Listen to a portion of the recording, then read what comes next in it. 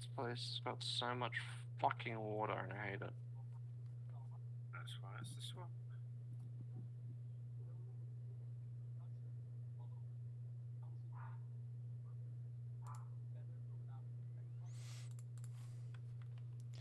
Dum da da da da da da da da da da. The wheels on the bus go round and round. Make a heavy metal version of that. The wheels on the bus go round and round.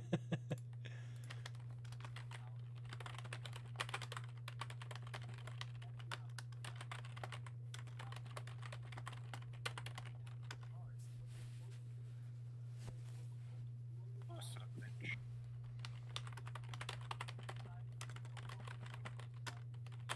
Oh, just dodged it.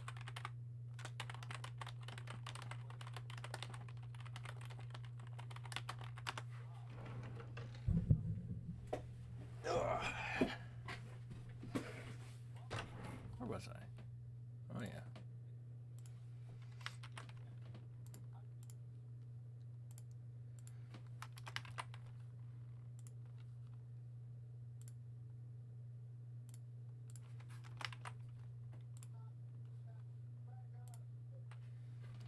Okay. I can go away. Ah, suck a dick. Poison doesn't do shit to buildings. Hmm. Prick. Fucking drought. Fucking shaman starts bloody like throwing his poison breath all over the place. It's like, bitch, please. I'm on top of the building. What are you gonna do?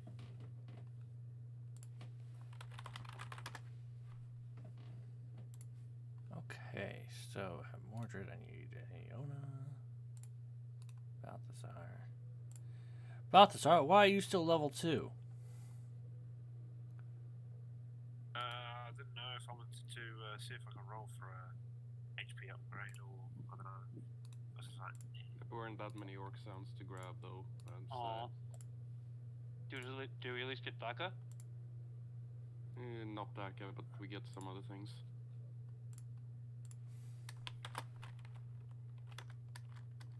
So much dagger! Oh, what?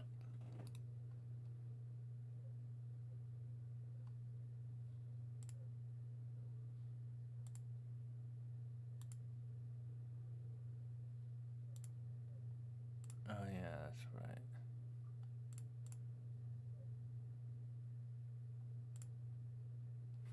I don't know why, but I'm happy this happened. I have Japanese realtor TikToks just appearing showing me homes in Japan that honestly aren't out of my price range if I decide to say fuck it and go. Right. Cool. Okay. 300 $300,000, 2.5 bath. Very nervous hello. You're fine, Jenland. Don't worry about it. Oh god, everyone's everywhere. We needed that. This is what we like best. What are you doing in my swamp? there we go.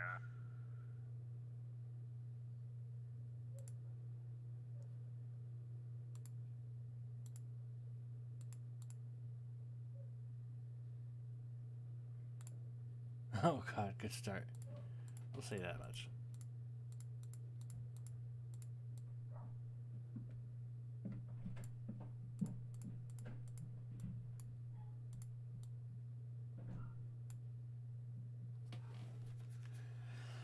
Okay.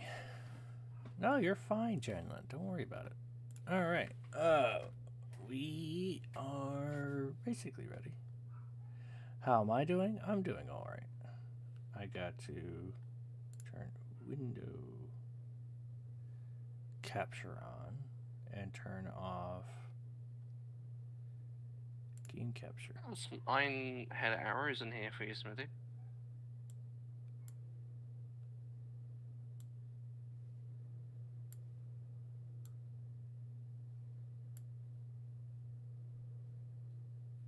There we go. That's decent. Oh, we're still waiting for Jamesy. Yeah, we're still waiting for Okay. Jansley. Thank you for That's why the me and Smithy cheer. are still playing.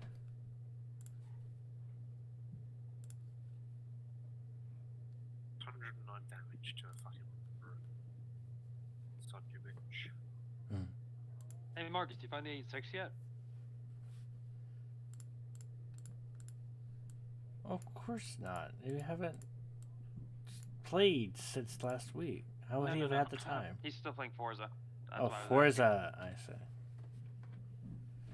Marcus. Marcus is currently tending to his throat. No. Again? Did you try to Marcus take destroyed his throat. He destroyed his throat last night, Ducky. Oh, I told him not to try and hit high notes. He played So AC. He did marginal, but- ACDC. Oh, that dumb fuck. I can't. He's not. God. Jenna says, I told Marcus this would happen. As if the Imperial authorities weren't already enough. Hell, that's why I left 3 hours in. That's why I left on the second song. I wasn't going to go that far. I will be right back. I'm going to go get myself a couple drinks. Also, I have something new I wanted to show you guys. It's something small. Please, is it really TOS friendly? Well, yeah. Well, it's not Marcus's, so it's not that small. I think it kind of flew over Lummox's head for a first second. Yeah, it probably did. Oh. Yeah. Let me upload it. You probably haven't been in his chat for those conversations. Shut up, Hagen.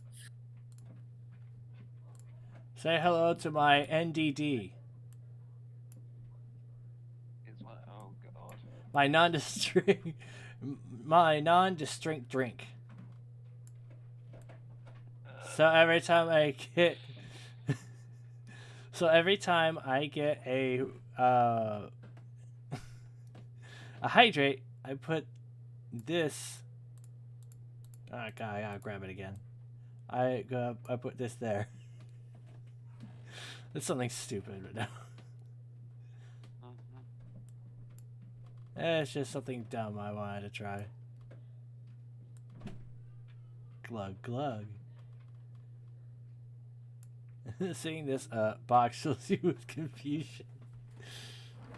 Alright, I'll be right back. I'm gonna go get myself a drink. Maybe a cookie. Ooh. Cookie.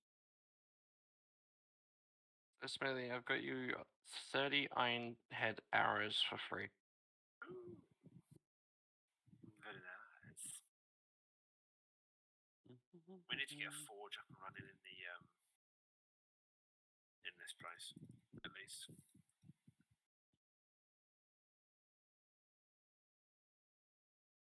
Yeah, solid Drogo.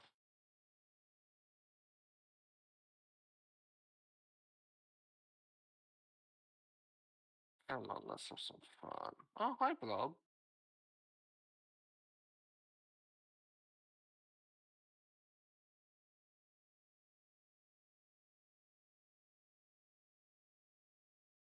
Oh, for your fucking poison shit.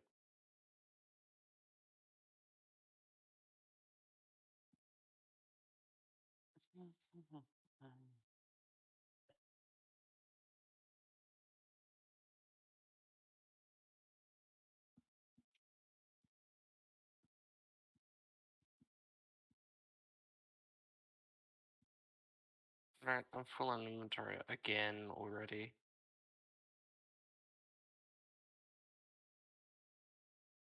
I'm carrying 24 iron scrap, 43 ancient bark. To make a good little haul.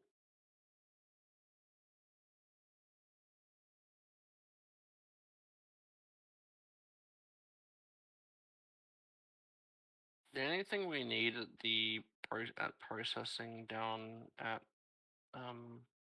coast is bloody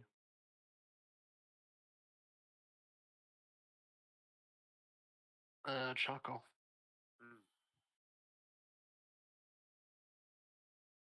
Why is there a Drogo just walking towards the base of the place slowly? Because that's what they do when they're on the road. I might destroy one of these houses just for the sake of the wood. Oh, there's a chest in there. Nothing interesting. Make sure it's not a mimic. You got a chest.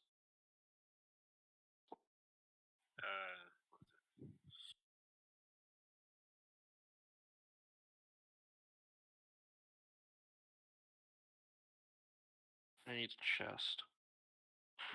Why not just destroy it right then? I've got the wood.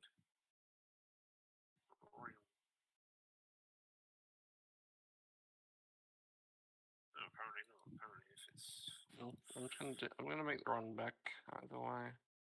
Drop off the iron scrap and set the portal, and then repair. Set the portal to here.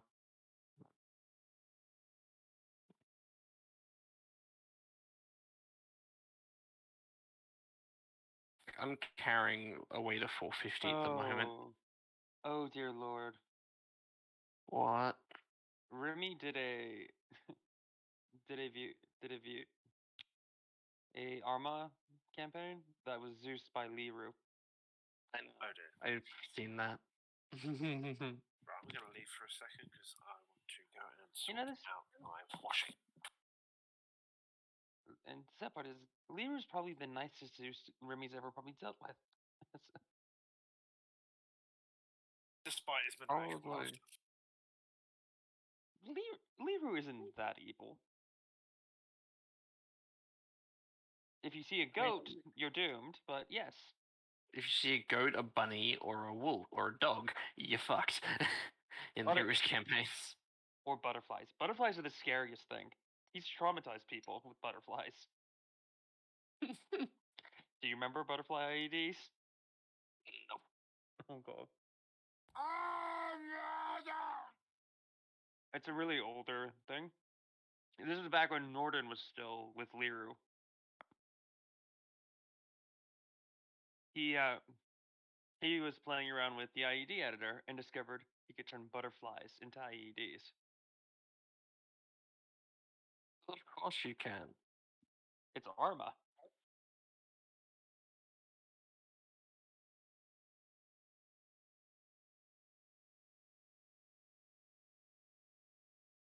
No. Oh my god, I just got a political ad for my... Yeah.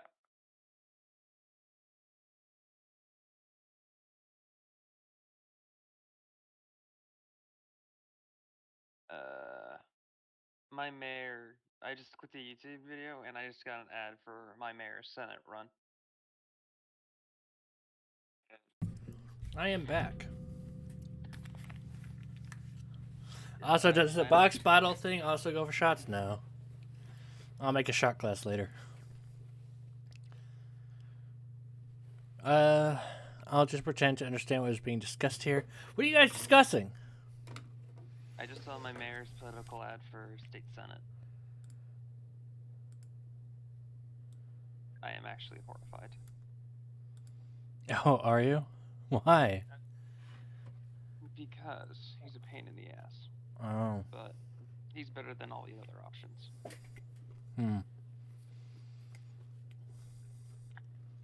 Give me a sec, I just gotta do my... Since we have time, I'm gonna just run my laundry downstairs. So I'll be back in a little bit. Okay.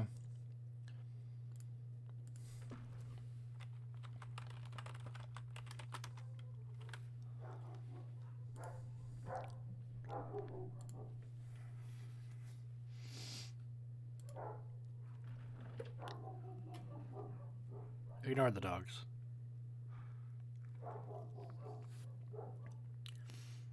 I also got myself... Oh, jeez, I forgot to... No, I have plenty of drinks. I just needed coffee.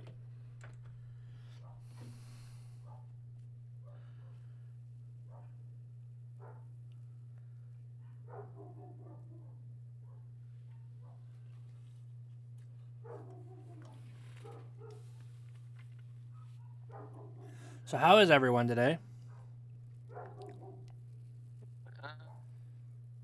Good. Pretty good. That's good. Trying to stuff my new belt with something to eat.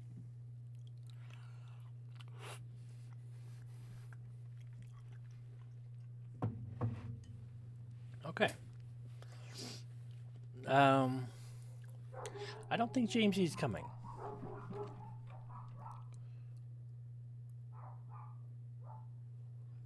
So when Ducky gets back, we'll start. And Smithy. Oh, does Smithy go too? You did to do pretty much the exact same thing Ducky did. all Is doing. right. So I'll go ahead and start to explain to chat. Hold on. Why waster bite? No dogs are cute. I am not ignoring them. Most of the times, at least. I'm doing pretty good. All right, Jalen, go drink your waster. You mean water? I have water.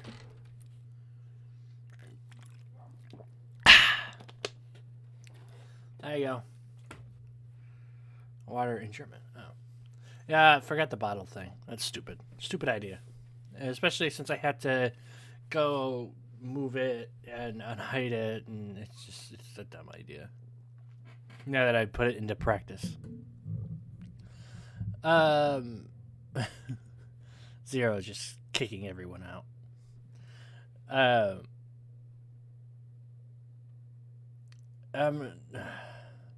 Ich hoffe, es macht nicht aus, dass ich das Durchscrewbein habe.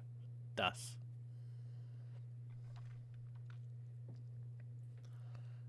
I'm terrible at speaking German, so you're welcome. But anyway, the VOD should still be up from the last session.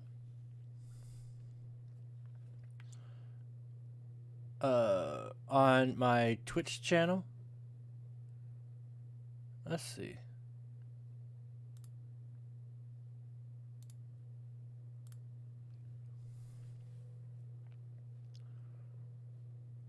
I'm not really sure where to look for it.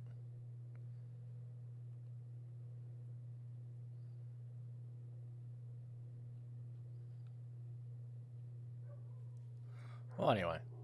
If you guys want to figure out what happens... Hello, Lamox's screen. Don't worry about that. If you guys want to know what happened during that time, go check it out. I gotta fix this thing.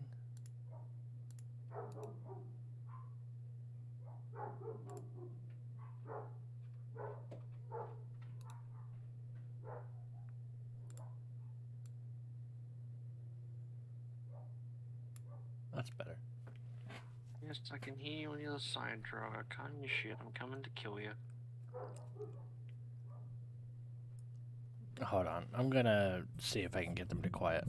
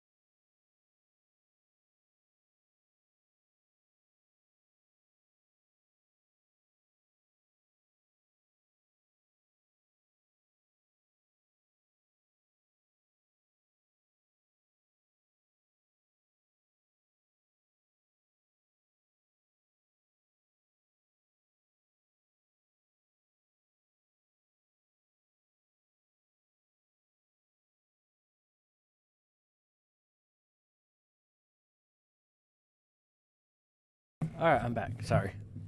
I let them outside. Alright, so a quick recap as to what happened last session.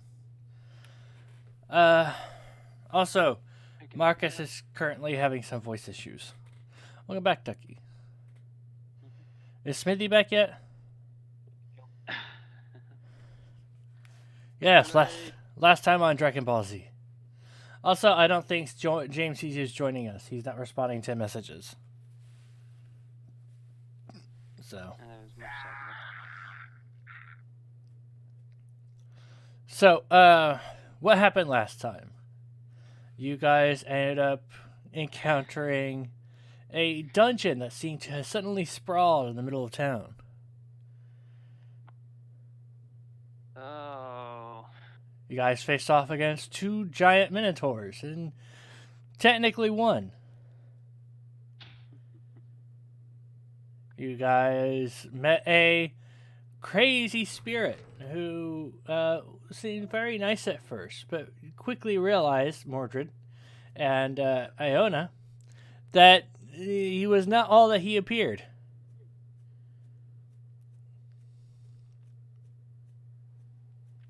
Mm-hmm. Then we have the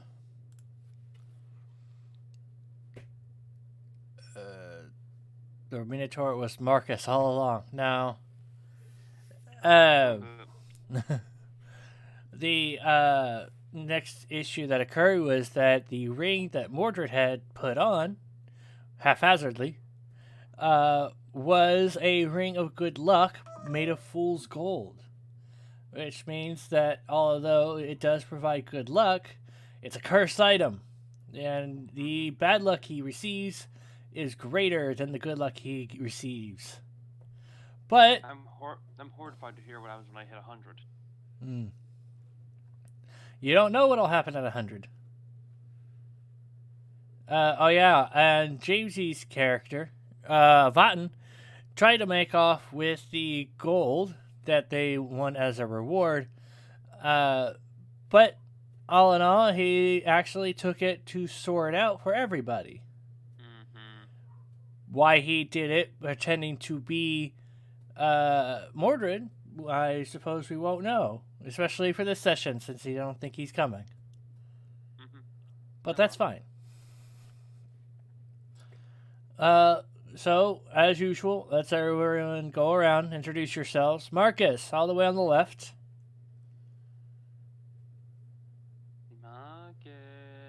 Marcus might not be here. He's probably still tending to his throat. Marcus had a bit of too much excitement for streaming the other day. Ended up losing his voice a bit. Bit. Yeah, that's a bit. A bit. Totally just a bit. Just a bit. Marcus, are you still with us? I don't think he's here. Well, if it is necessary, he can type it. As a last resort. True. That is definitely true. But next to Marcus, we have Clear, who still really needs a haircut. Or he can just provide me with a slime image or the picture of Iona. But he's too lazy to do that, and I am too lazy to give him a haircut. Well, what'd you say, Claire? I'm still gonna draw that. Yeah, I suppose you should. Then we have next to Clear, who is the slime with a... Oh, thank you for the hydrate. And water or tea?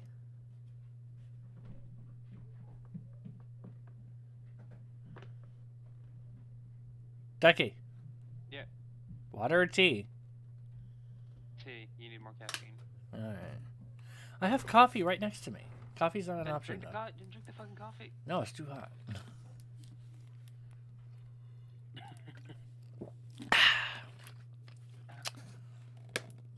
Yummy. Anyway, do not say tea or coffee. Well, too late. He's already said tea. Anyway, so we have Ducky, also known as Mordred. Oh, yeah. The slime is Iona. Marcus is still Marcus. Yeah, just want to double check. You want To gain the extra piece of constitution for the heart pendant, I have to have it attuned? Yes. You also have to have it equipped, but it should be set up where it will do that automatically. Well, I it, but I think I need to move it.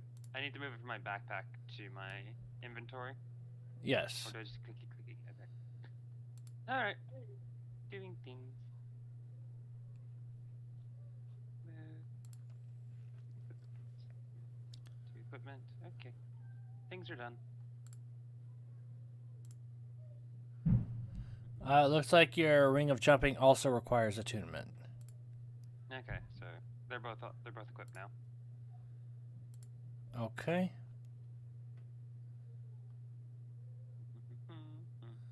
Did you make sure that you attune them at the bottom? Now you will have to focus them for, what is that, a whole day?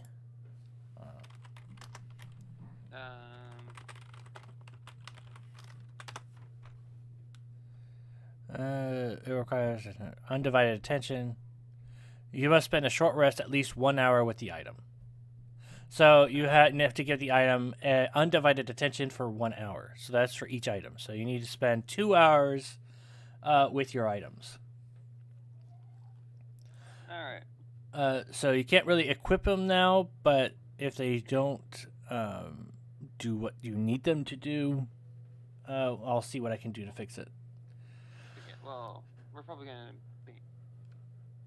We were just going back to the bar as we ended, so I'll probably do it in the overnight part. Yeah, it's whatever. Well, we're not done introducing, so let's save that for the moment. So next to that, we would have Jamesy, but it's already been established he's not with us today. He might arrive later. I don't know. Next to that, we have Gorast. Also, Maggot. Say hello, Maggot. I like trains. Hello, Gorast. Oh, he's playing this game today. Okay. What do you mean? I never play game. I can still not remember any of these names. Actually, if you want to remember the names, just hover over the stream, and a little pop-up will come up with all their names on it. But anyway, last but not least, we have Smithy, who I don't think is back yet. Still AFK. Marcus, welcome back. Finally. There he is. Right on time. So, Smithy, your character is Balthazar. Uh-huh. You want to say a few words? I'm here to burn witches and fuck bitches. Nice. All right. You know that actually. All right. That's going to be an ongoing joke from now on, I suppose. It will never die. It will never die. Heroes never die. Coffee. Villain. Marcus isn't back yet either, is he? I'm going to kick you as a no. I mean, it's not entirely necessary, but... Smelt you, iron Alright, beauty. so Smithy and Clear, get the fuck off of Valheim. I am. Well, Pay attention to the game. just I'm gonna join this. I'm gonna join this fucking game again. Man, Yeah. I was in the menu waiting patiently, and now you're being a cunt and covers. Can't you just quit the game?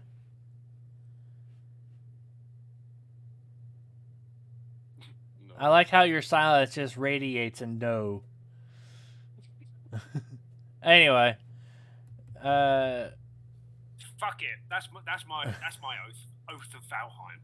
Oath of I Valheim. can't break it. I mean, I've got the second screen, and I can pay attention to that and do this, like how Smithy did Starbase and D&D. Yeah, but I'm I don't lucky have a because, second screen though. I know. I have big brain. I have 20/20 memory. Well, before we can even start, Balthazar, you need to level up your character.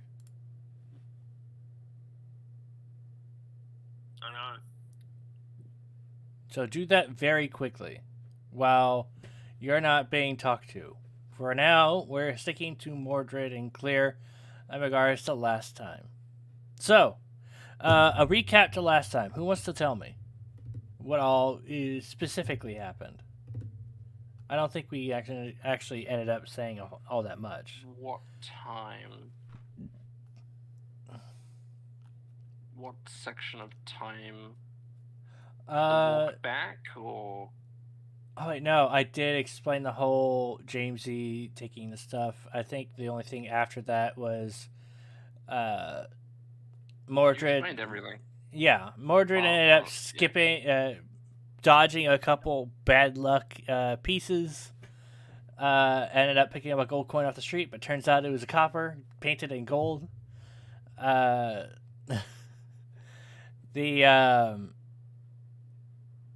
They took it to a magic shop, and Lomax has taken Marcus's memory. Shush! I lost my train of thought. That was all. Then we have Mordred and Mordred and Iona, who walked their way into the mage's shop. I need my book. Fuck is my book? Alright, give me a moment. Well, there's Marcus. Marcus is Guys, back. Hey. sorry about that. Hey, you sound better. Yeah.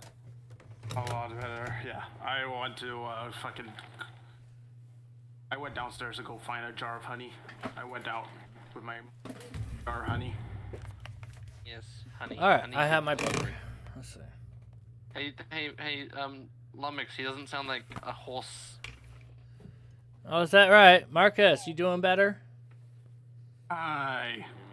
Oh, you do sound a lot better. Good job, Marcus. I'm trying You to got figure, honey. I'm trying to figure out a fucking oath. E, What's it? Lucky here. Yes. Yes. Oh, you want to know how I sounded like earlier? I have a good idea. You probably sounded like me when I woke up. Hey, buddy. Now, how do we know he's not faking sounded it? like normal. Because Mm, anyway, What? nothing. Don't worry about it. So I was just going through the recap, Marcus. We have my book. So they had Mordred and Iona had visited the magic shop, Light Leaf Lidgets, and they discovered that the ring itself was cursed, and it would take a certain spell to remove it. And I don't think I specified it, but for the sake of moving things forward, the spell itself was a remove curse spell, and it would be very difficult to remove. You can get that from a scroll from the city, is what he specified. But the scroll itself is rather expensive. They bought 2 items, the Ring of Jumping and a Heart Pendant, and those are currently in Mordred's inventory. After that, they left. They also bought 2 potions, as well as receiving the Laughing Skull, which is also in Mordred's inventory. Technically specified as equipment because I can't move it to their backpack.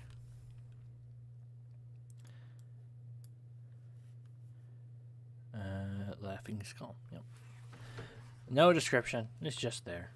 Anyway, the other thing was that Iona left their trident with Lavin Lightleaf at the magic shop to enchant it with a enchantment to return. And we'll see how that goes because believe it would take. I don't think we specified a time, and I think we discussed that. But it's just simply check back later kind of situation. And with that, you 2 left the you two left the magic shop and made your way back to the tavern, where we go to those who were already there. Jamesy kind of slinked off to do whatever. Oh, wait, hold on. I got 3 messages. Nope. All right.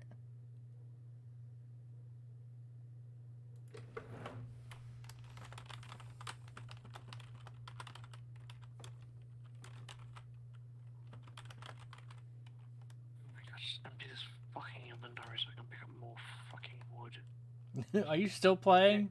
Get off Valheim, you cunt.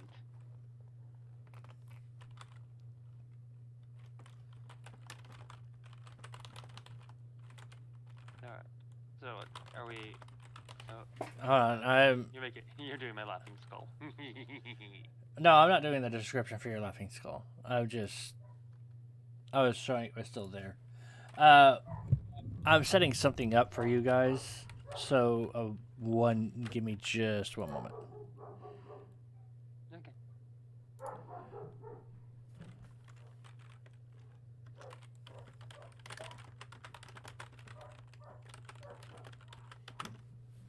All right. So we have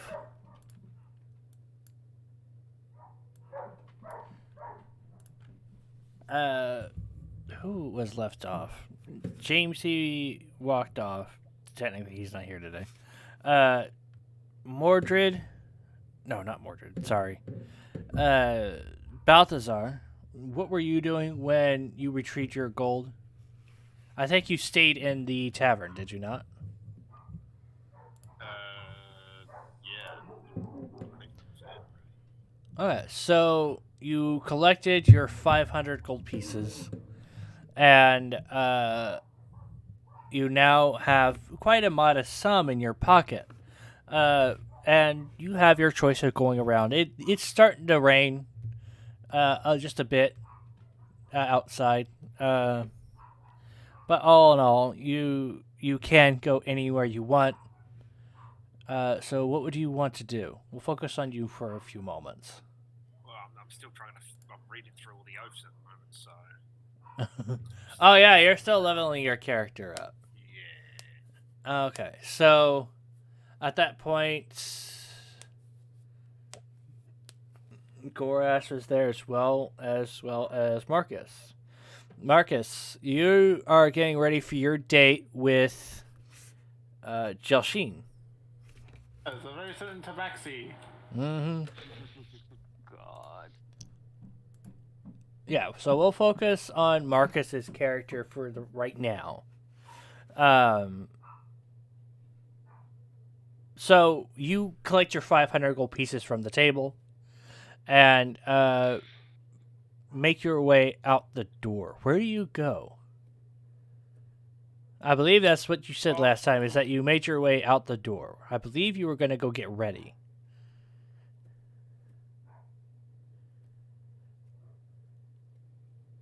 Or do you do you not walk outside? Do you maybe go upstairs? Who, me? Yeah, you. We're going to focus on you for a bit. Oh, I thought I heard Smitty. Okay. So, I decided to go to the tavern, to the bar, and ask if anybody has seen where Jalcintas went. Who do you ask? The bartender. Oh, I see. So you look to Gerald, who's sitting behind the bar, just kind of... He looks like he's about to doze off again. Marcus is going to be couch potato. But anyway, Gerald's kind of just leaning in. Oh, Jamesy's here! Yay! Jamesy! Oh, there. Hey there, Mosey. I forgot what day it was. You're fine. I tried messaging you. That's why I've seen it. So I had you slink off, probably to your room. That's if you don't want to stay at your table. No, All right. So we're gonna focus on Marcus for a bit because he has his date. So you go to Gerald, as he's leaning in his chair, and you ask your question, and he looks to you, like, "Oi, you want to see Jelsine, huh? She's getting around lately, she's probably at her place. I heard she's got a date with some lunatic. Anyway, if you want Well, to... do you happen? I raise an eyebrow at the barkeep as I heard that. As I then ask, "Well, do you know where her place is?" Oh, he scratches his chin and thinks, well, if I remember, I don't keep tabs on everybody, but I believe she's in the group of houses by the front gate. Then nod and thank him for his information as I then left, not feeling like instigating anything at that particular point in time. Okay. As I then step out of the bar and look for the direction of the front gate. All right. Moving on. You walk out the door, take a left, and you give me a what would it be? Wisdom? I believe it would be a wisdom check, wouldn't it? Okay, rolling wisdom. Yeah, wisdom.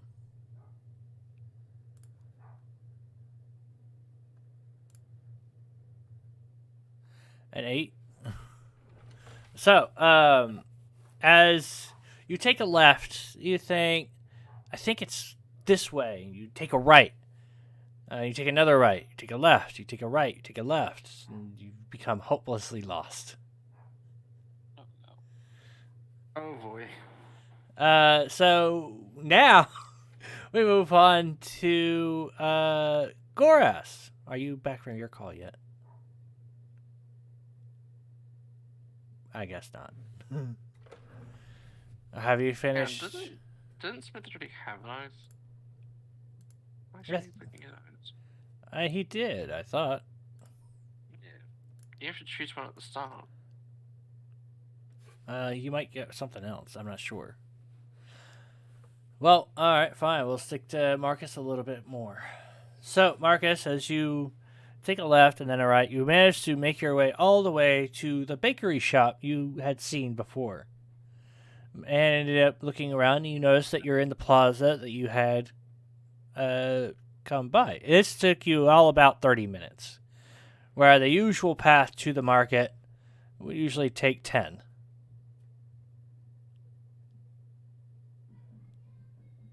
I then look around, trying to figure out where the front gate is, as I then decide to purchase a box of the blueberry muffins, since Jelsine didn't recommend them, and I figured I would have an apology ready.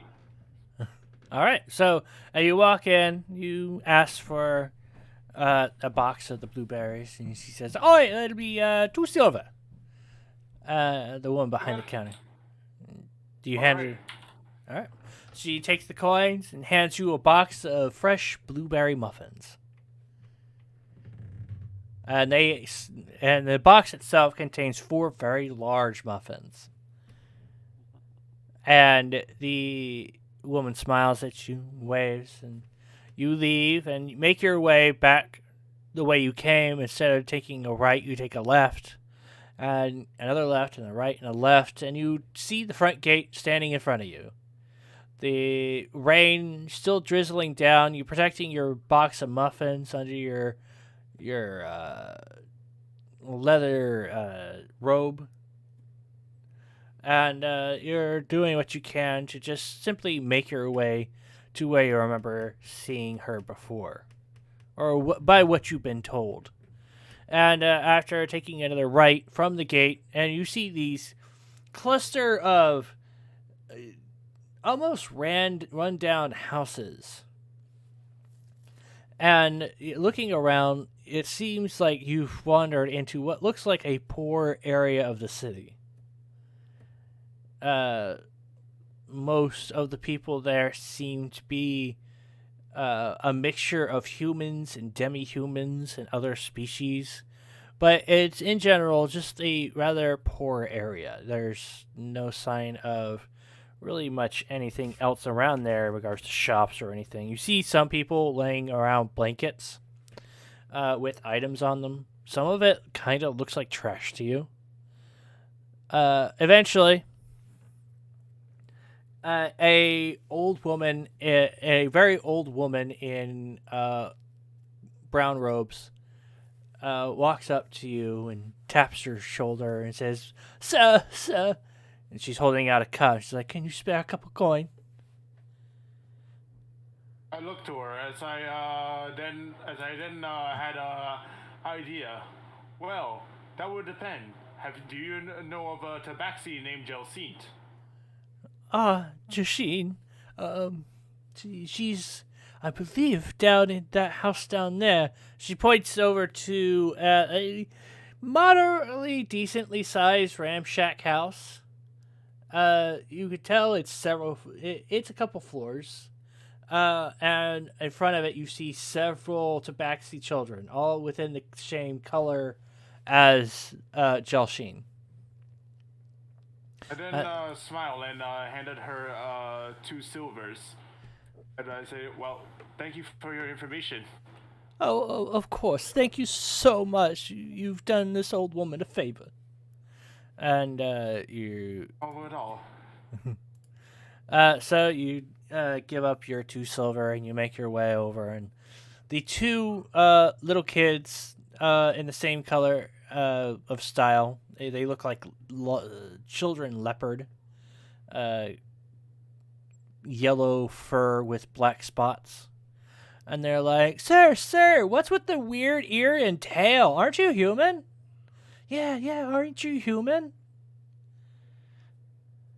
Well, by all definition, I am human. And while you're talking, one of them, you notice a third one dart behind you and start tugging on your tail. Is it a fake? Is it a plug? And he starts...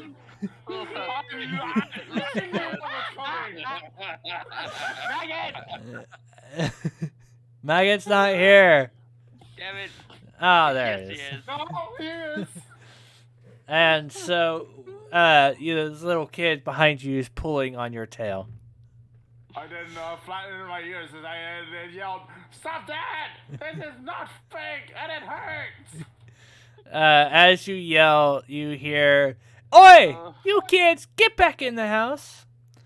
And you see what looks like Jelshin, if she had gained quite a bit of weight and looked a lot older. Her fur is a duller yellow with some dots turning gray. And she's, who are you? I am, my name is Marcus. I'm an adventurer from afar. But as you see, I am looking for Jelsint. When she kind of pauses, and she thinks, "Oh, what do you want to do with my daughter?" We met at the tavern and we agreed to meet up a bit later because she did help me out quite a bit and I did want to pay her back. Oh, I see. She kind of sniffs the air and she says, "You got a blueberry muffin?" Yes, I figured it was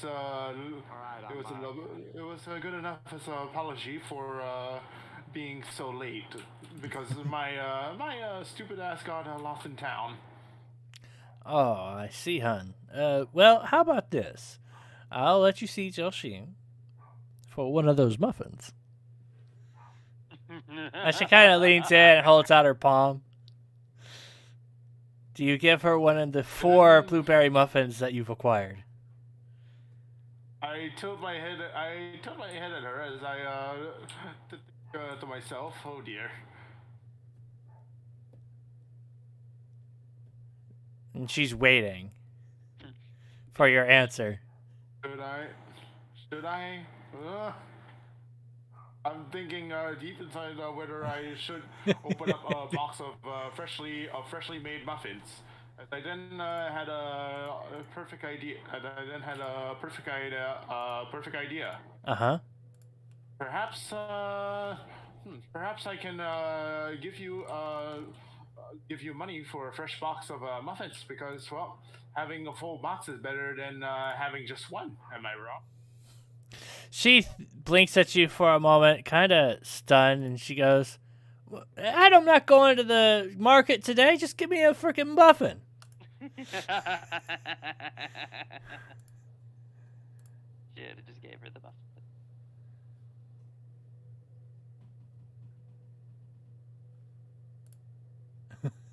You see, these muffins are I bought specifically for Jelsine, and I don't want to open the fresh box of muffins. But I am willing to get another box for you. Wait. She kind of retracts her hand, puts her hands on her side, and how do I know you're going to be back? Well, if things go well with me and Jelsine, I'll definitely be back. She kind of I pauses. give her a sheepish smile. She thinks for a moment and goes, I want 2 boxes then.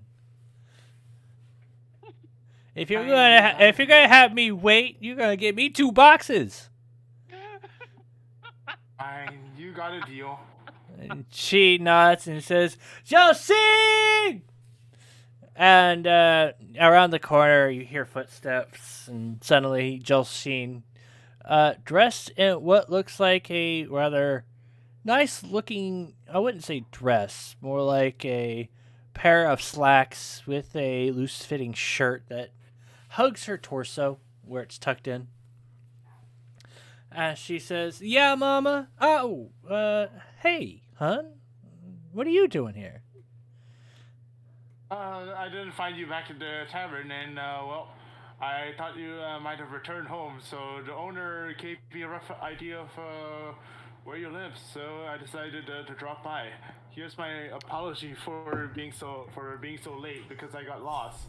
I didn't offer up the box of muffins to Jelsine.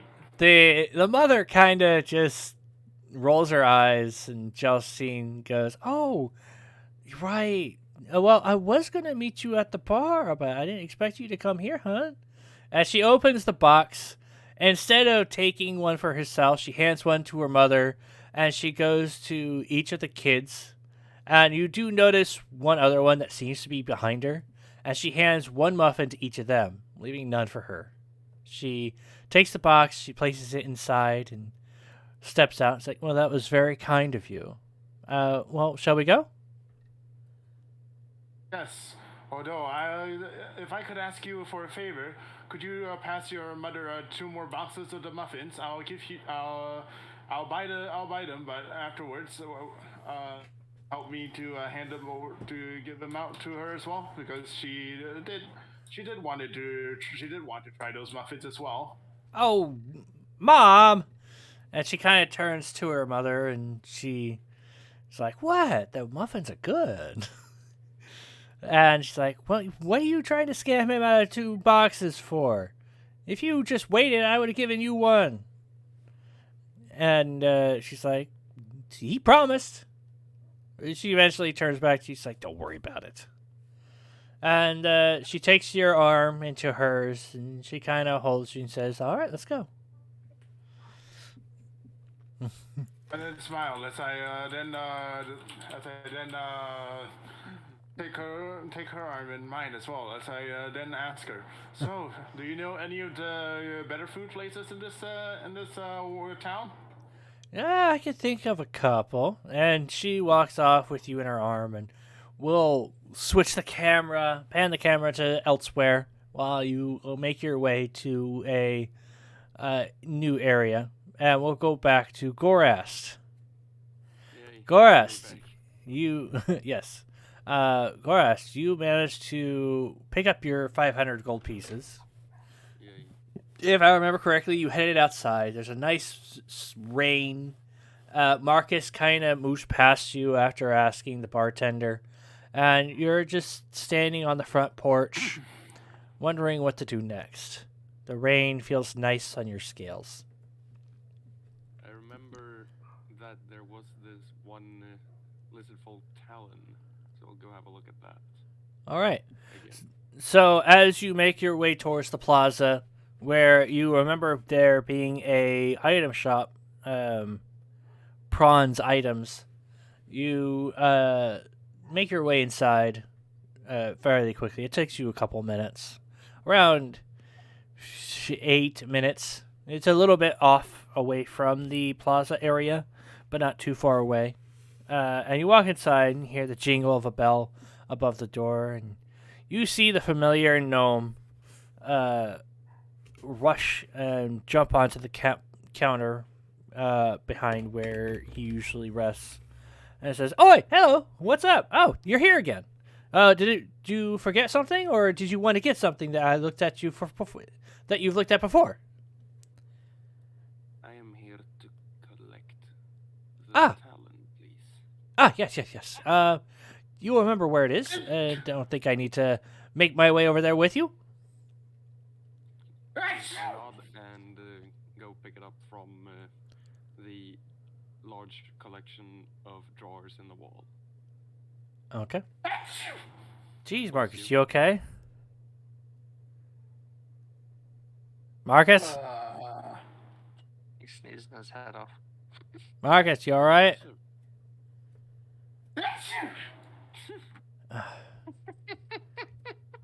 As I said, he's sneezing his head off. Ah, jeez. Marcus, don't die from sneezing, please, says Janlin.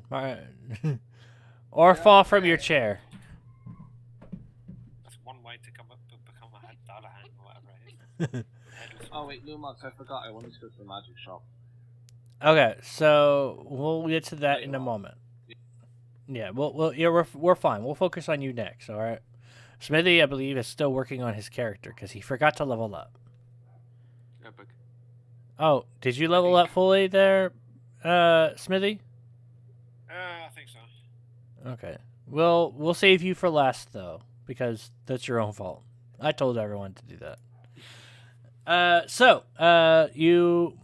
Gore asked you go over to the counter where you saw the claw before, and it's still there, thankfully. And you pick it up by the string and gently walk back over and place it on the counter. The gnome kind of rubs his hand together awfully quick. You could probably sense that if he rubs his hands any faster, he could start a small fire. And he's a bit jittery. He says, "Oh, okay. So with the calculations of the pieces of the piece that you want, with the amount of and he's just rambling on. And actually, I've actually forgot what price I set that to. I believe it was 10 gold 15 pieces. or 20. Yeah, 15 or 20. He says, "Well, for now, how's about we set the price to 15? Is that all right?" That is most good. I mean, if you have anything else to trade, I would be glad to lower the price. Not trade, but I am wondering, do you also have some geological pieces? This gives him actual moments for pause before thinking for a moment. He says, "No."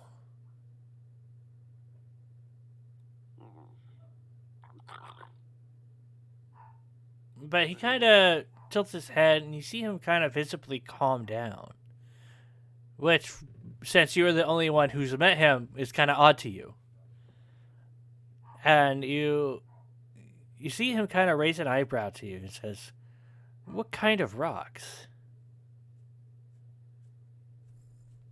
Rare pieces. "Gemstones?" Not necessarily gems. He kind of taps his chin for a moment and hops off the counter to rummage through boxes in the back, picking up and wheeling out a wheeling out what looked like a small cart to his size, and wheels it out to your feet. He says, "Well, I have these, but I haven't set a price to them." And inside, you see different types of rocks inside. You could find just about anything in this small box. I scour through it with one hand a little bit quickly, settling on a piece of. Let me actually double check it, so that's not a gemstone, just in case. Okay. And send me a link to what you're looking for, because I'll see if he has it or not.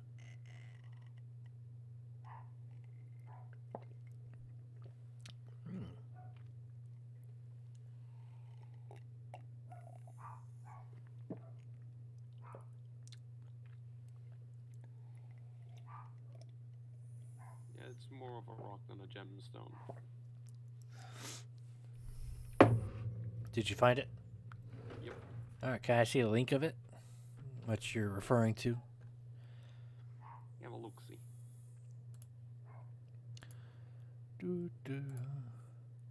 Ooh. Dragonite? Correct. Okay. As you kind of search through the box, yeah, you don't. As you look through with the one hand, you don't actually see any kind of gemstones. You don't see any kind of gems of any kind. You just see different shapes and colors of different rocks that are in there. And you see the gnome kind of speak up, leaning against the table, or leaning against the counter, the bottom half of it. It says, "Well, I have a friend down the way who likes to go mining in the nearby mine, and he tends to find these weird rocks. I'm not really sure what really they're worth, and they look pretty. I was thinking of taking them to go get made into necklaces, but I just haven't had the time. And weird, to be honest, in regards to his character. But yes, you do manage to find the rock you're looking for. To those who are interested, this is the rock open original. This is the rock he's referring to.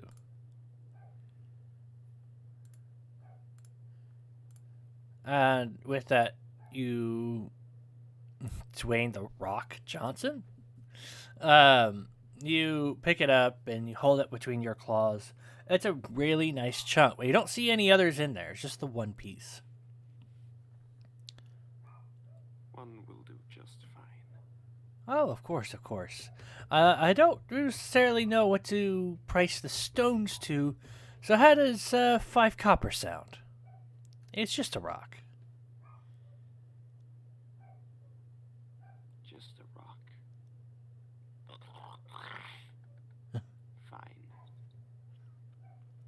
Fine. He jumps back on the counter and takes your copper pieces as well as your gold to pay for the necklace.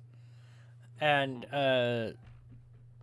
I'll add that as a item, but that needs to be identified. You have no idea what it could do. You don't know even if it's a magic item. You can do an Arcana check to see if you might feel something magical from it. But as far as you know, it's just a simple claw. What's this market concept? Pick up rocks from a random location and just sell them? They weren't really sold, they were just given. But that's why he hasn't priced them, because they're kind of, to him, they're just kind of just rocks. They're not real sell value to them. But if he could turn a penny off of it, then he's going to try to turn a penny off of it. He's made something. Exactly. Instead of just giving it away, of course, that would be a last resort for an item he no longer wants. Yep, a penny is a penny. Anyway, and he looks up to you after taking the money and placing it behind the counter, walking back out. So, did you need anything else, sir? That will be all. Thank you. Of course, of course. And you see him start to jitter around again, taking a what looks like a moderately sized dustpan or dust brush and start sweeping up the counter. It's like, well, if you need anything, I'll be right here. Have a fantastic evening. Thank you. And with that, I'm supposing you're leaving. Yep. Tail a little bit more jitterish than normally. All right. Thinking about Right. With that, as you leave, you decide to walk around just a little bit, decide what you want to do next. And with that, Balthazar. it is now Balthazar's turn. Oh, wait, no, it was James's turn. I told Balthazar he was going last. Jamesy, you said you wanted to go to the magic shop. Yeah. All right, so you managed to retrieve your 500 gold pieces beforehand, and you made your way up to your bedroom for a few moments. Everyone's being loud. I swear. Anyway, so you make your way up to your bedroom and shut the door. And at this point, what do you do? You know Goras is currently waiting at the front. You was seeing Marcus talk to the barman. And Smithy's somewhere. You don't remember where. Before I leave my room, I want to use my cape, because I can disguise myself. So I'll just disguise myself as, like, I don't know, just a normal human sort of thing. Mm-hmm. So that, and then just obviously walk out and walk straight out the door, walk to the magic shop.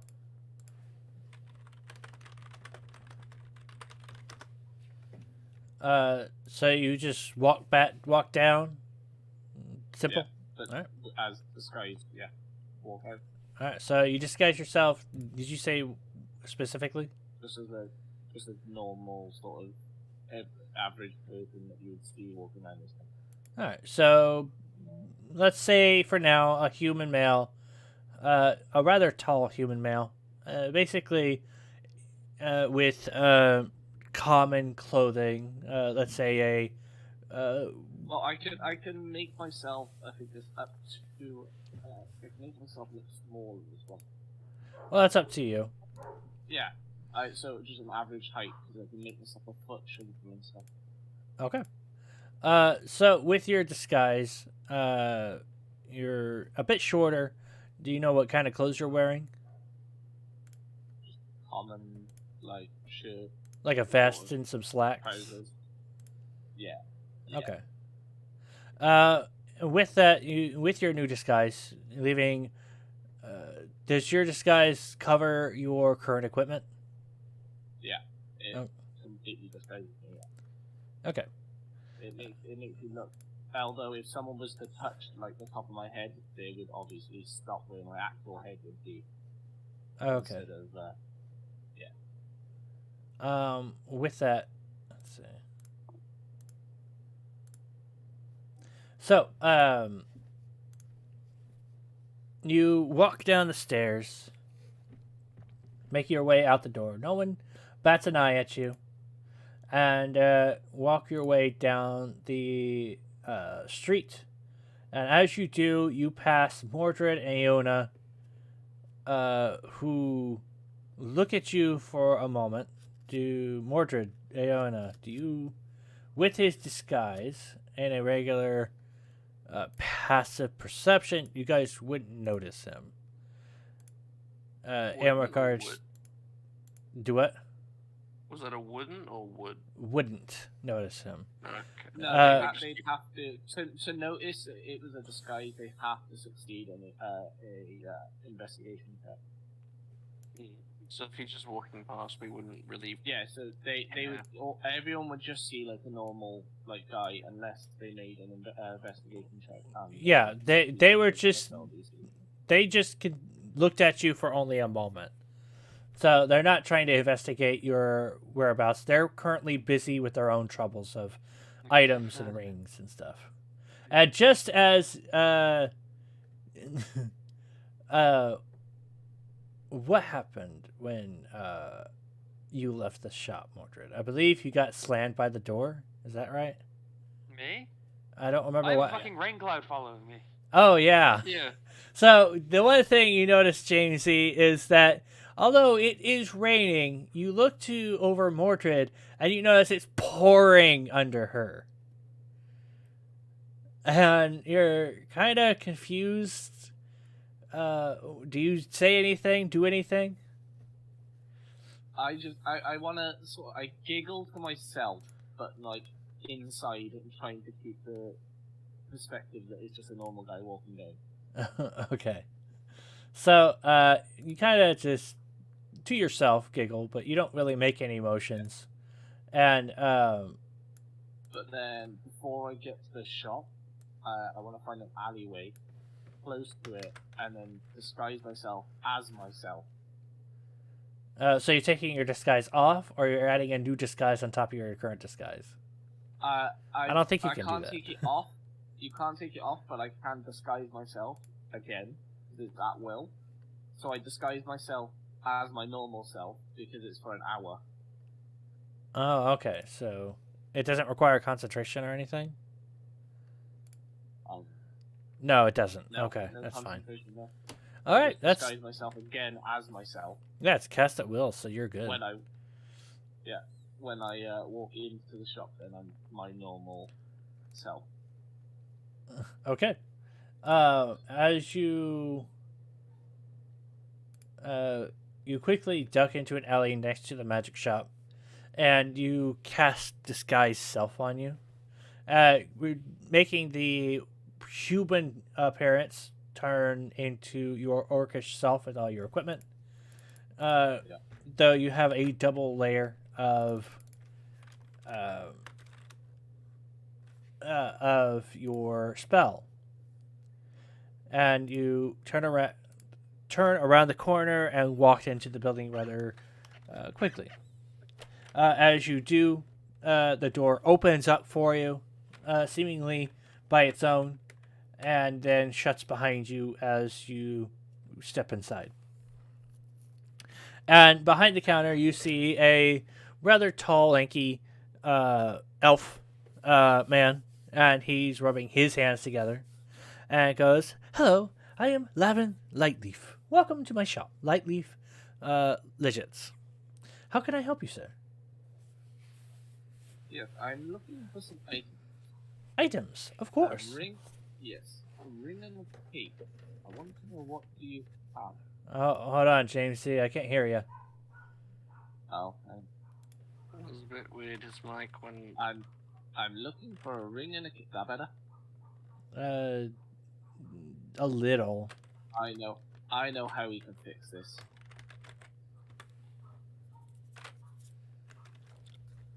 Okay. I'm looking for a ring and a cape. Ah, that's so much better. Ring and a cape. A ring and a cape. Ring and a cape. Ring and a cape. So he looks to you and kind of nods and says, "All right. What kind of ring and a cape are you looking for, sir?" Well, I'd like one to produce some sort of thing that I can attack things with if I need it, and another one which could possibly teleport me places. A teleport. What was the cape for? Or what was the other? Teleportation. Teleportation. Teleportation for a cape, and a ring that can produce some sort of magical spell that can hit things. Ah, I see.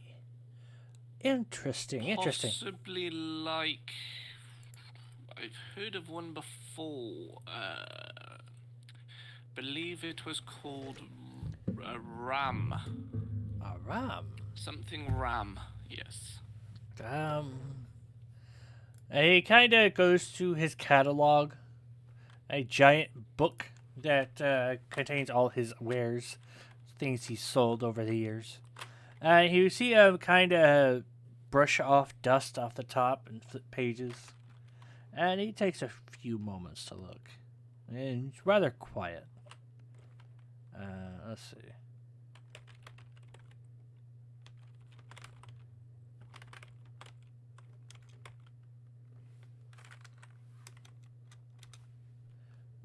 Give me a moment. I'm gonna look to see if I can find something in regards to that.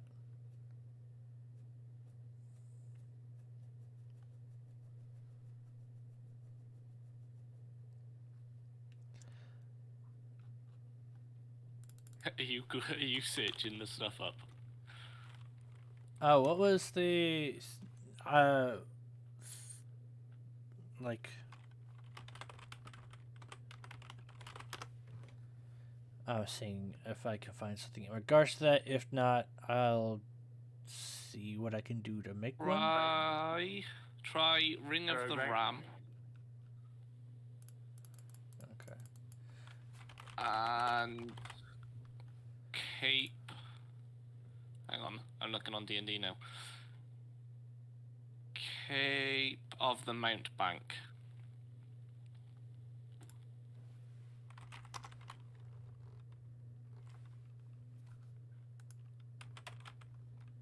Do do do da da da da do do do. Cape of the Mountebank. Let's see.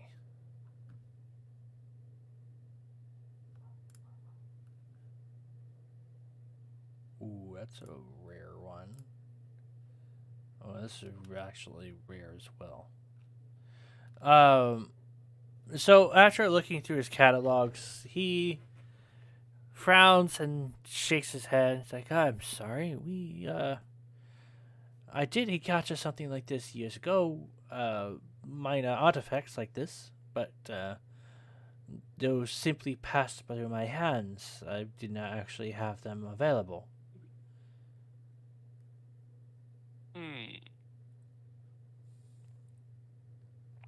I believe the ring you were referring to was the Ring of the Ram, but well, I did come up with something, but I've never been able to produce anything for it. And the aspect to creating another one is explosive. But as for your cloak, I'm sorry. I've never heard of something like that. I'll have to look into this further, though.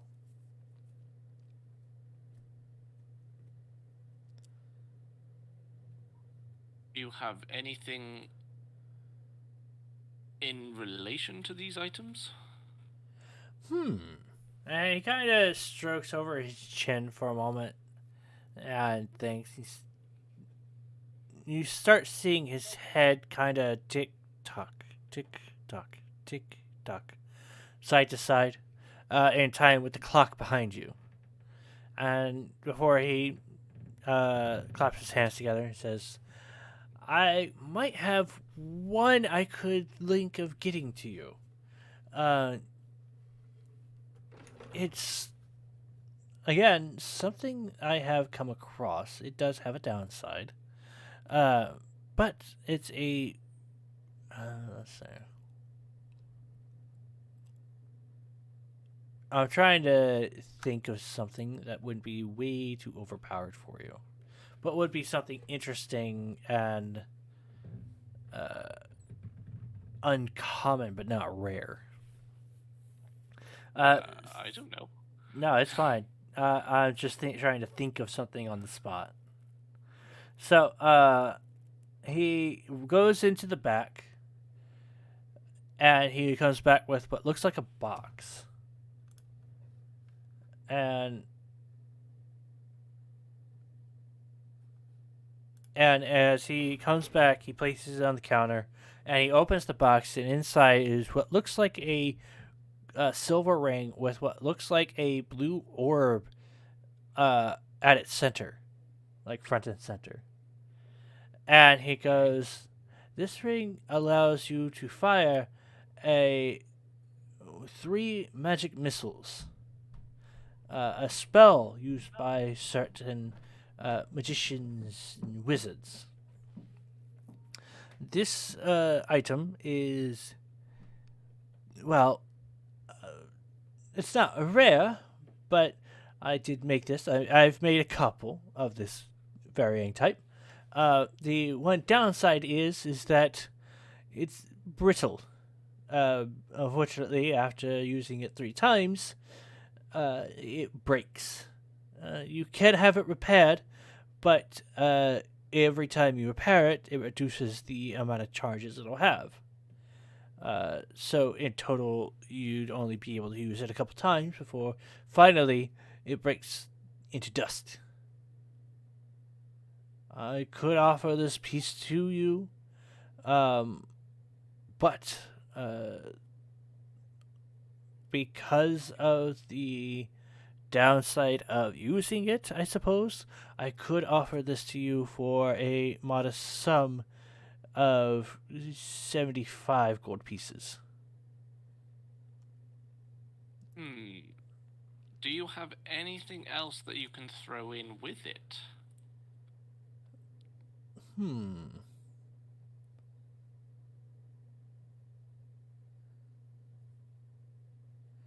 He thinks for a moment. Well, I mean, although this piece is one of a nature that does break, 75 gold pieces is a pretty modest sum for a magic item of this standard. This is the cheapest I can make the ring, and if I was to throw something in, we would have to discuss a bit more. I suppose I could throw in a small vial of health. But other than that, I'd have to tack on another 5 gold pieces, making that 80. If you want to lower the price, give me a... No, I'm not trying to lower the price, I'm just trying to get something else out of him. Oh, I see. Do you have any other items we can add to it then, should I say? Oh, I see. He thinks for another moment, and he goes into the back. He's like, sorry, what profession are you again? I'm presuming he means warlock, so I'm going to go warlock. Okay. And he comes back with God,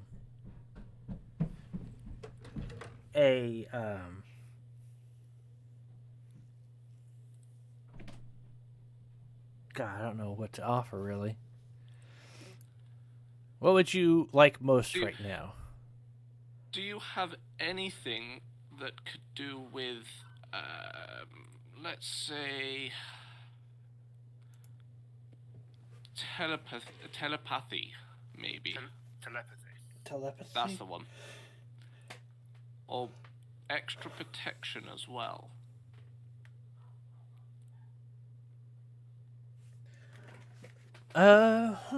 If I was to... We just recently sold a pendant. Let's see. We have... And he goes into the back, grabs another box, and pulls out another ring. This one being what looks like a shield. This one is a bit more expensive. I have to price this at about 200 gold pieces because it raises it creates a protective barrier around the person. And of course, the ring does break. This one can be repaired infinitely. But it requires an expert blacksmith in order to repair such a ring. Once the ring is repaired, the enchantment continues. And it raises... and this ring would raise your AC by 2. But this one... Do you have anything that does not break? Well, in regards to magic items, we have that set of armor in the corner. If you want protection. What does that do? It allows breathing and walking underwater. Technically, it doesn't break. Unless you was to get hit really, really hard. I'm not into the armor. I'm hoping for some sort of maybe like ring, cloak, amulet, maybe gloves, anything that doesn't break after using it. He kind of shakes his head softly. And he goes, "Well, I do apologize. Unfortunately, we just do not have something like that in stock at this point. We will be getting new stock next month from different adventurers coming from across the lands during our spree. Hold on. Let me pull up my map or my calendar.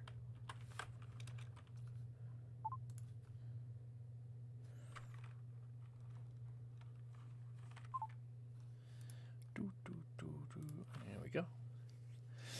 We are expected to get a new shipment of wares near the end of Sun God's Shine.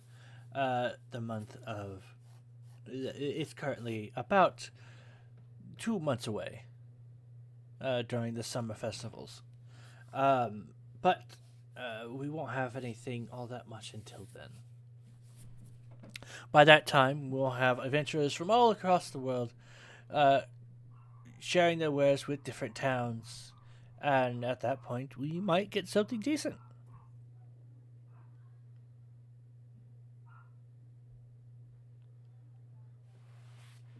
If these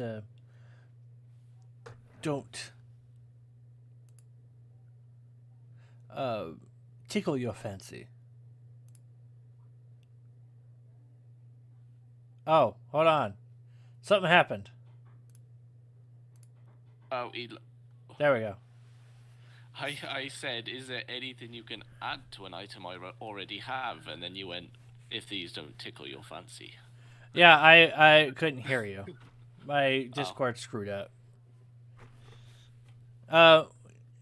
And he kind of shakes his head and says, "Unfortunately not, sir." Well, do you have gloves on you? I believe so. He thinks for a while and says, "Your gloves. I suppose I do have an enchantment in mind. I could add to those. It would basically be the same as the ring I showed you before, the magic missile one. I wouldn't be able to make it all powerful, but I would be able to provide the piece to shoot in regards to magic missile. You'd only be able to fire one every couple hours, but it's the best they can do under short notice." And how much would that cost? In regards to enchanting the gloves, as well as the materials required for the enchantment, it would come to about 100 gold pieces. If I do my best, which saying I won't be able to, I might be able to make that 2 shots within every couple hours. Or I might even be able to go with the duration. How long would this take? Unfortunately, with the process of the enchantment, as well as the work I already have piled on me, this might not be available until tomorrow. And if I was to pay you extra, how quickly could you get this done? And he kind of raises his eyebrow from it. It's like, how much extra? You tell me how quickly, with the extra shot and the shorter time, and I will see how much extra I'm willing to pay. Hey, you see him stroke his chin and tick tock, to his head. Before shrugging, he says, "I suppose if I delay the previous item I was handed a trident. I could get that done within a couple hours. Of course, their trident would take longer. Probably not until the next day.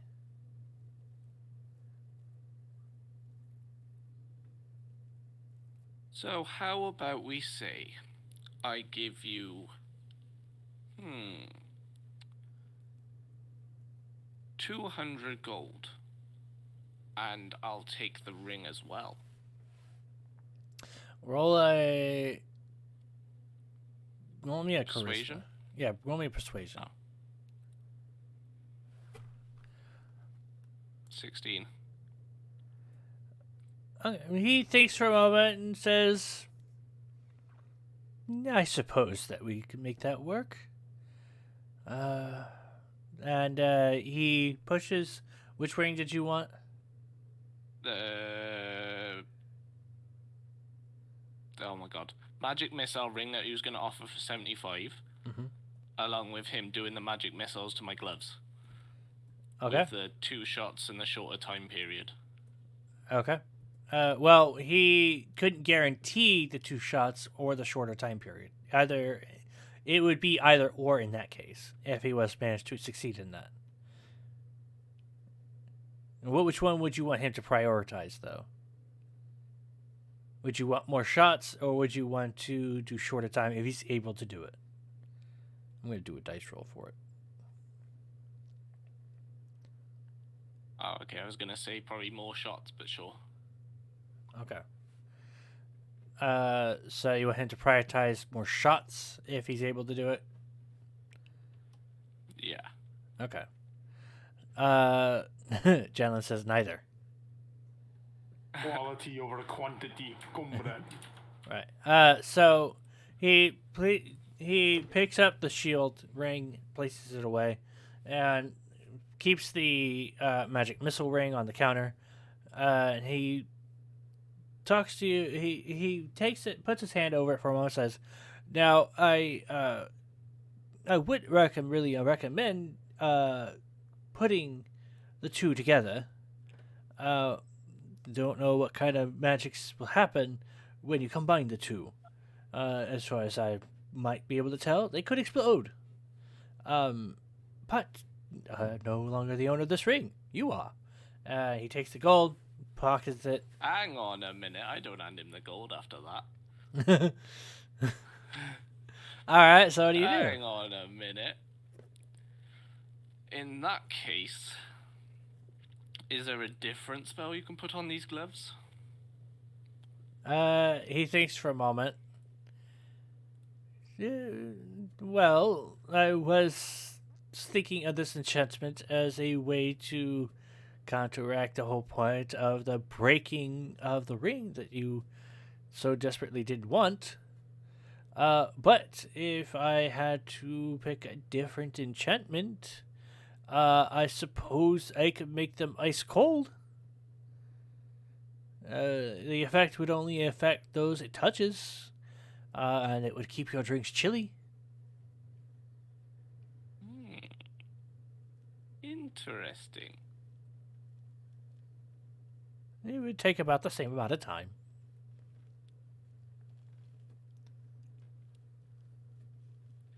Okay, now I'm going to ask you a question. Okay. Right, out of character. Right, if you did the magic missile gloves, right, what would that actually do? From the fingertips. Basically, no, not like that. I mean, like, how would it as it levels up, would it deal like more damage, or would it be like just one missile and that's it at the set damage? well, Do you know what I mean? Yeah, if you can level the enchantment up at different magic shops, and it would increase very slowly. Same thing if you was to increase the ice capabilities of your glove, it would increase the damage it would deal. But all in all, it's just able to be increased in regards to it would just be like one magic missile then, basically.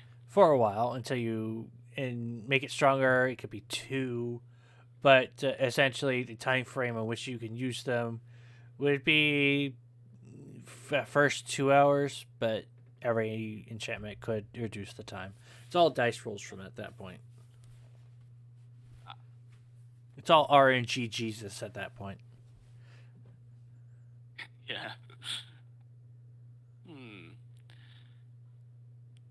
So, I like the idea of the gloves as well. Do you have any other rings? He that kind of... can maybe not do damage, but protection of some sort. He kind Or- of sighs and goes back to get the shield ring. He says, this is the only one we have right apart now. from the... is the only other one he has? Yes. What about amulets? We just recently sold the last amulet we had. The amulet... The hot amulet that someone, or just earlier, had bought. We don't have another one in stock for a while. And I would have to, if I was to make another one, it would require a certain ruby to be enchanted to it. I'd have to talk to the blacksmith, but that would take weeks. And what does this shield ring do exactly? The shield ring itself, it raises your AC by 2, but it creates a barrier. It can only take that hit once before it breaks. So basically, it raises your AC by 2 for 1 hit. But the repairing is infinite. You can repair it as many times as you want, and the enchantment stays.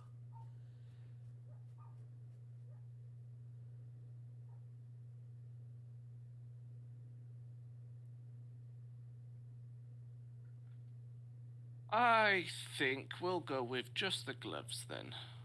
At 150. How does that sound? He nods and says, and what would you like to do the enchantment? Magic missile or a freezing glove? Can you do one of each? Ooh, if you want each glove, that'll be an extra 100 per enchantment. And you'll have to pick which one you want first, because doing one is a couple hours. Doing 2 is an entire day.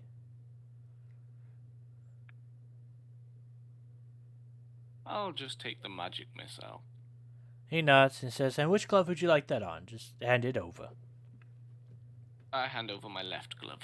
As you do, he places it on the counter and holds out his hand for the coin. But as he sees me take my glove off, it doesn't come off my hand. Because I'm still disguised. Right, so I pull right. the glove out from the disguise for it still to be on my hand when I give it to him. He kind of raises his eyebrow and, he's himself an enchanter and he knows spells. He's like, You could bullshit and say you're just doubling up for winter. he could, but he kind of recognizes a disguised self when he sees it. It's like, I see. In any case, he takes the glove and again holds out his hand. I hand him the 150. He takes it and pockets it and takes the glove. Says, "This will be done in a few hours. I'll come back then." I just added 150 to myself. No, take that away. I have. Checking. Oh, wait, that's 100. It's the 50. There we go. Refresh it again, it'll check. Yeah, I see it. So, that sounds sort of like a paradox. I don't know what you're referring to. So, as you step, as he steps away, you see the door behind you open. And do you just stick around or do you leave?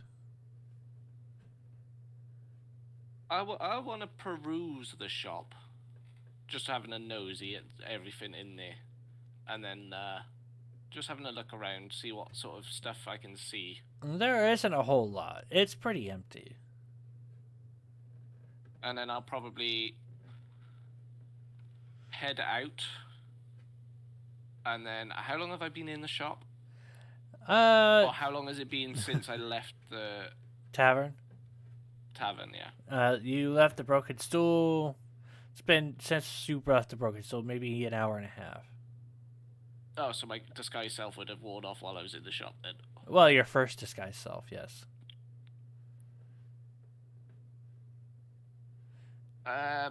Yeah, I'll peruse and then I'll find an alleyway roughly when the second one wears off. Mm-hmm. Just for it to wear off. This entire time, you don't see any sign of Lavin, who is probably in the back enchanting your glove. But you, after perusing, you head outside into an alley and cast disguise self on yourself again. Do you turn yourself back into that human form again? No, yeah, I just let it wear off. It just wears off. No, I mean, so it just stays my normal self. Oh, so you just stay as your normal self then? Yeah. Okay. And do you head back to the tavern? Or do you walk around? Oh yeah, he said it's gonna take a couple hours, didn't he? Yep. I want to have a peruse around. I want to see if I can see any sort of like bulletin boards or like quest boards. All right. Before that, Balthazar. You know. It is your turn.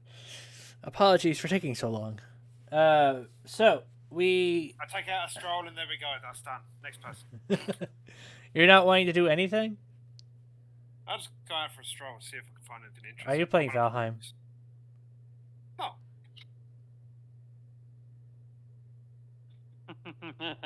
We're perusing. So you take technically, he's not lying. Well, I suppose. Anyway, so I'm not letting you go that easily. So as you walk out. Well, you're already dead. Yeah, you can't. You're not allowed to die twice like that. But then I How far away did you say the magic shop is from the tavern? About half an hour. Oh, okay. It's a bit away from. It's a bit away from the main plaza. Oh god, he still has the boom sword. Yeah. So yeah, I was about to bring that up. So Balthazar, as you're you decide to step out, and you see Gorath sitting on the standing outside, looking at the rain, watching her drops hit her face, and you see Marcus rush past after having talked to the bartender. You don't see James. You don't see Vatten anywhere, but you walk out and you start strolling down the street. The sword, your newly acquired sword of explosions on your hip. Yeah. And it takes with every step that you take, in trying to get adjusted to it, and you have this sudden urge to pull the blade. But you don't know if you should do that in town, because it is a sword of explosions. Well, I don't know if it's a sword of explosions, do I? Well, you have no reason as to disregard this fact. You could get it identified.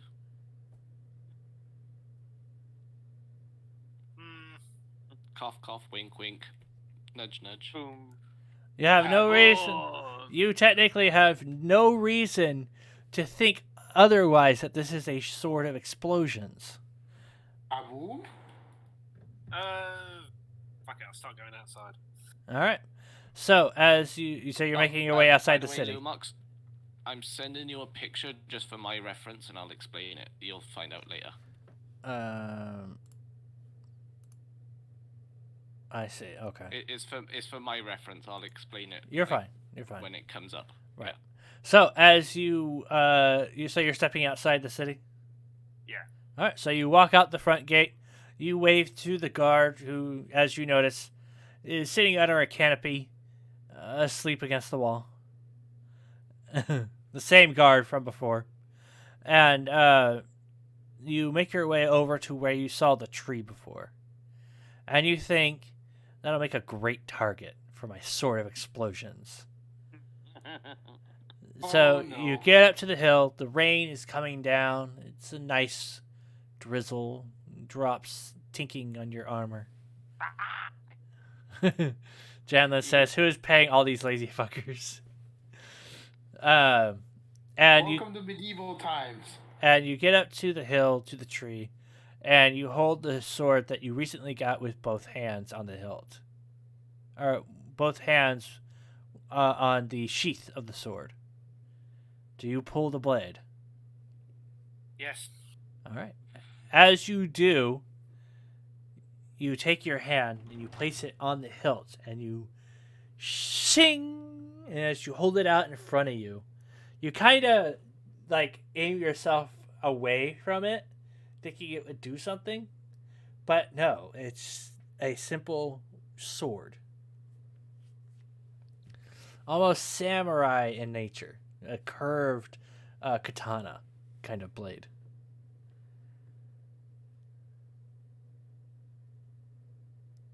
I swing it. Do you swing it at something? The tree. So, you... so... Come on! Blow it! So, as you reel back your arm and you swing, you hit the tree. And all of a sudden you hear, "Fuck!" But nothing else happens. Actually, you don't see any kind of dent in the tree. So what is it? Literally just well, when you said fuck, what is it? Fucking a sword of Tourette's or something? Is this sort of fuck? It's a... The sword. I mean, technically, it could be the sword of exploding anger. Yeah, so you reel back and you hit the tree again. And it goes, "Shit!" But it doesn't make any kind of mark on the tree. And you look at the blade, and you can tell it looks very sharp. You could probably cut hair with this, but as you go to swing at it again, it goes "Fuck!" And it seems to happen every time you hit something with it. No mark is left on the tree.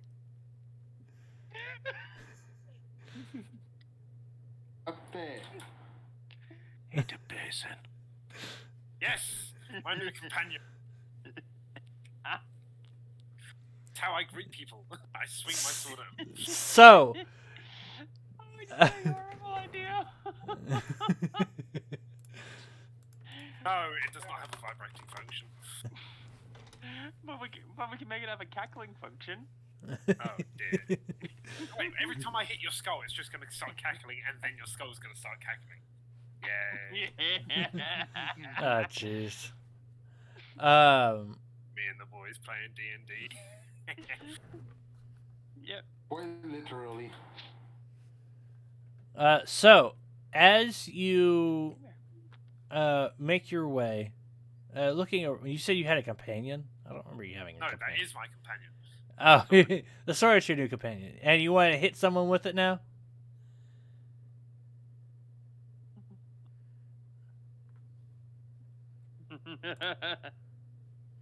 Nani? What is it? I'll keep it. So you said you were going to hit someone with it? Well, no, I'm saying that's the way I'm going to greet people. So if I hit people with it. Well, I mean, This is where it's all gonna go wrong. so as you kind of look at your sword, and all right, it's not what I expected, but this is kind of awesome. You see someone walking closer to you. Oh no. A what looks like a half elf. Swing. And swing, she swing, makes swing, her way swing.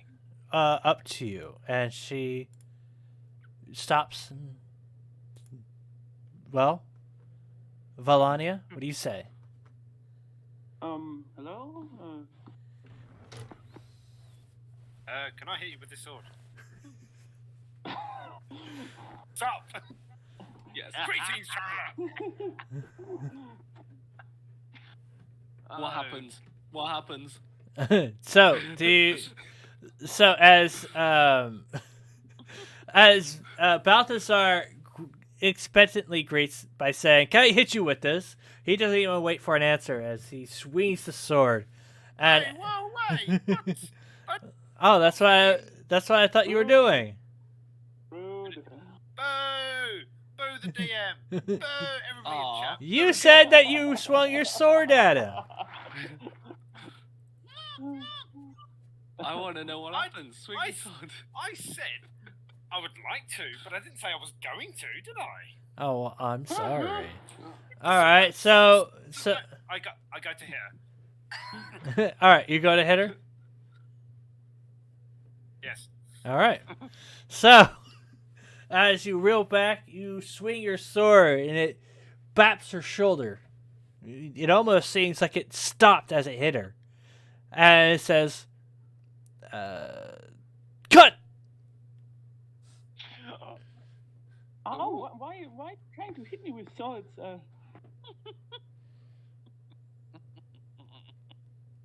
And second of all, why are you cussing on me? Well, did it do any damage to you? It did not. She has There we no go. visible damage. Well, there we go. There we go. That's it. Done. That's how I greet people. You know when in like 10 minutes time, all you hear is boom, boom, boom, and then a fourth boom, and she explodes. Yes.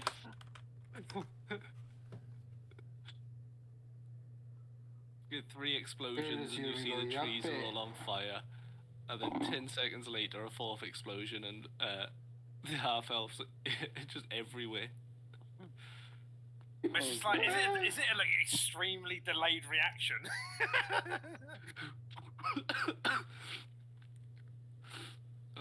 That would be Right, fun. let me go find the closest orphanage. Oh, jeez. I run back into town, hitting everybody in sight. All right. POV, on, DM, you I'll are let you do going it. crazy. Hey, I'm not the one who handed him the sword. You should probably get it identified though, just to see I'm the- what it is. So you leave Valania standing there, or Valania, do you follow him inside? What?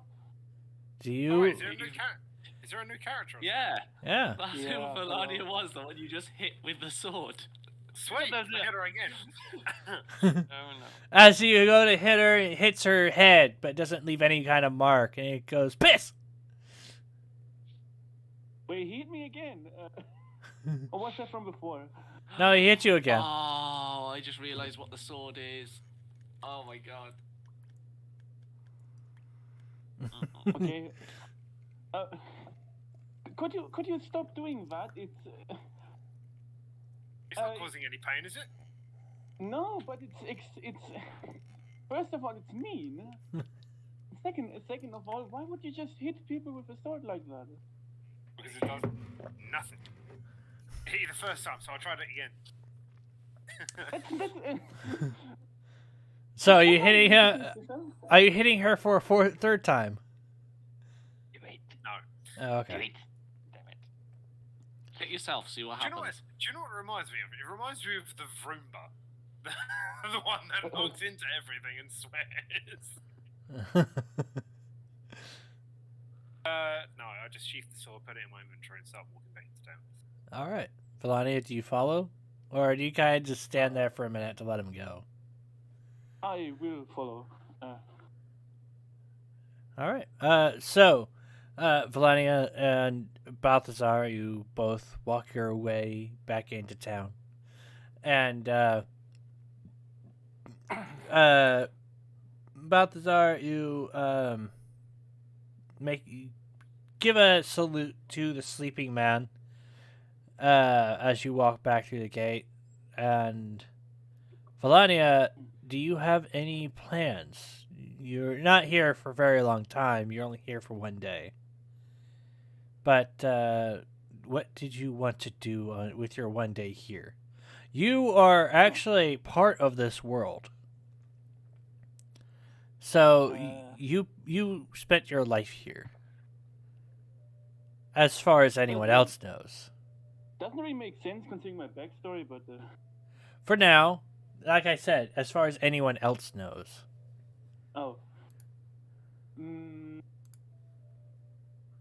Also, I haven't actually read your backstory because you recently just posted it, and I haven't had a chance to look at it.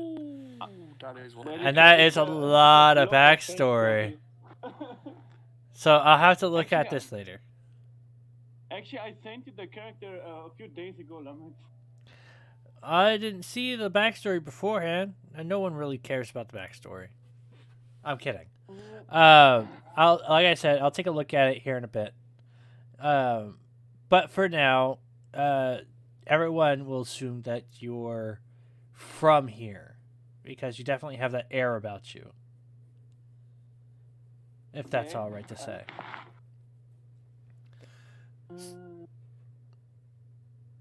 I should have probably thought about this before I came here, but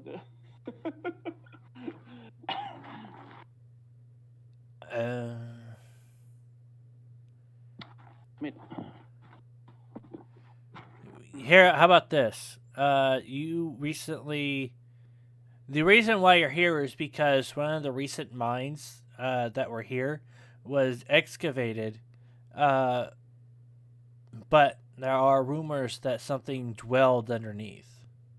And so you're just here to check it out. well, alright. And if you want, you could recruit whoever you wish before you go. What do you mean by recruit? The company that you work for, because you've been here long, basically gives you enough gold to hire recruits because they don't think you're able to do this on your own. So they give you enough money to hire companions or mercenaries in order to help you go investigate. So I would have to go to a someone for that and recruit them directly, or do I have to go to a I don't know, like You could just ask us, is what he's saying. yeah. Okay. In order to bring them into it, or you could just simply, you know what, I'm just going to do it myself. You don't have to include them, but you are only here for the one stay, so whatever you feel like doing. You don't even have to go do your job. And you'll make an appearance again someday. Well, it would probably make sense for me to recruit, well, you people, considering my character, so I will do that. Well, right now, you're currently following Smithy. Smithy, where are you going? Yeah, Actually, no. I'm going to do this. I'm just walking into I'm town. going to ask Smithy if he's in a group or something like that. So yeah, Balthazar, what do you say? Well, yes. There is a group of us. I Ah. do not know where their current whereabouts are, though. We seem to Do be you exploring have the town. Do you have some meeting spots or somewhere you usually hang out, or? We are currently staying at a tavern. The Broken Stool. But still, I don't really know if they have left at the moment. So. Well, that's a pickle, but it. God damn it! You're okay. Take a moment.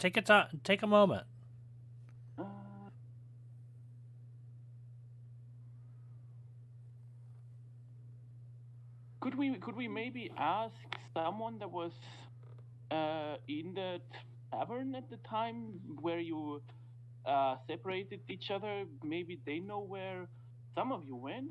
We can go check. Well, that would be probably a good idea. Right, let's go then. All right. So you both walk your way. Valania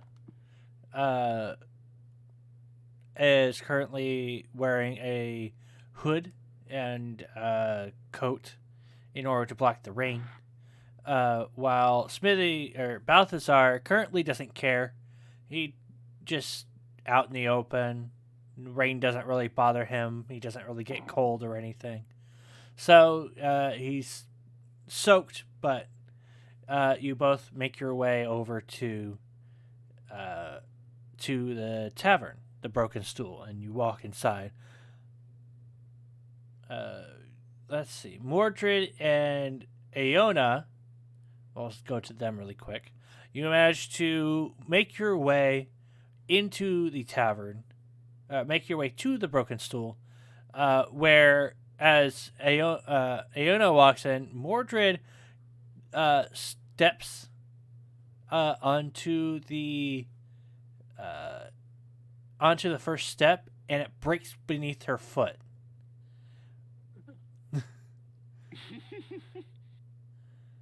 I need you to give me an acrobatics check.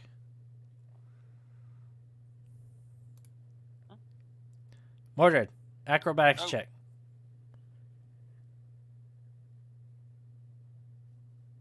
Oh no. Oh no. 11. You manage to keep yourself. You stumble as the board beneath your foot breaks, but you manage to keep yourself stable. But as you look up, the cloud disappears from above you. Oh. And you're back to normal, regular rain. You're right, dear. You seem to have slipped on something. Don't even start right now. It's not worth it. I'm not going to. But if another thing happens, our dear friend at the magic shop might be finding that scroll opened in his house.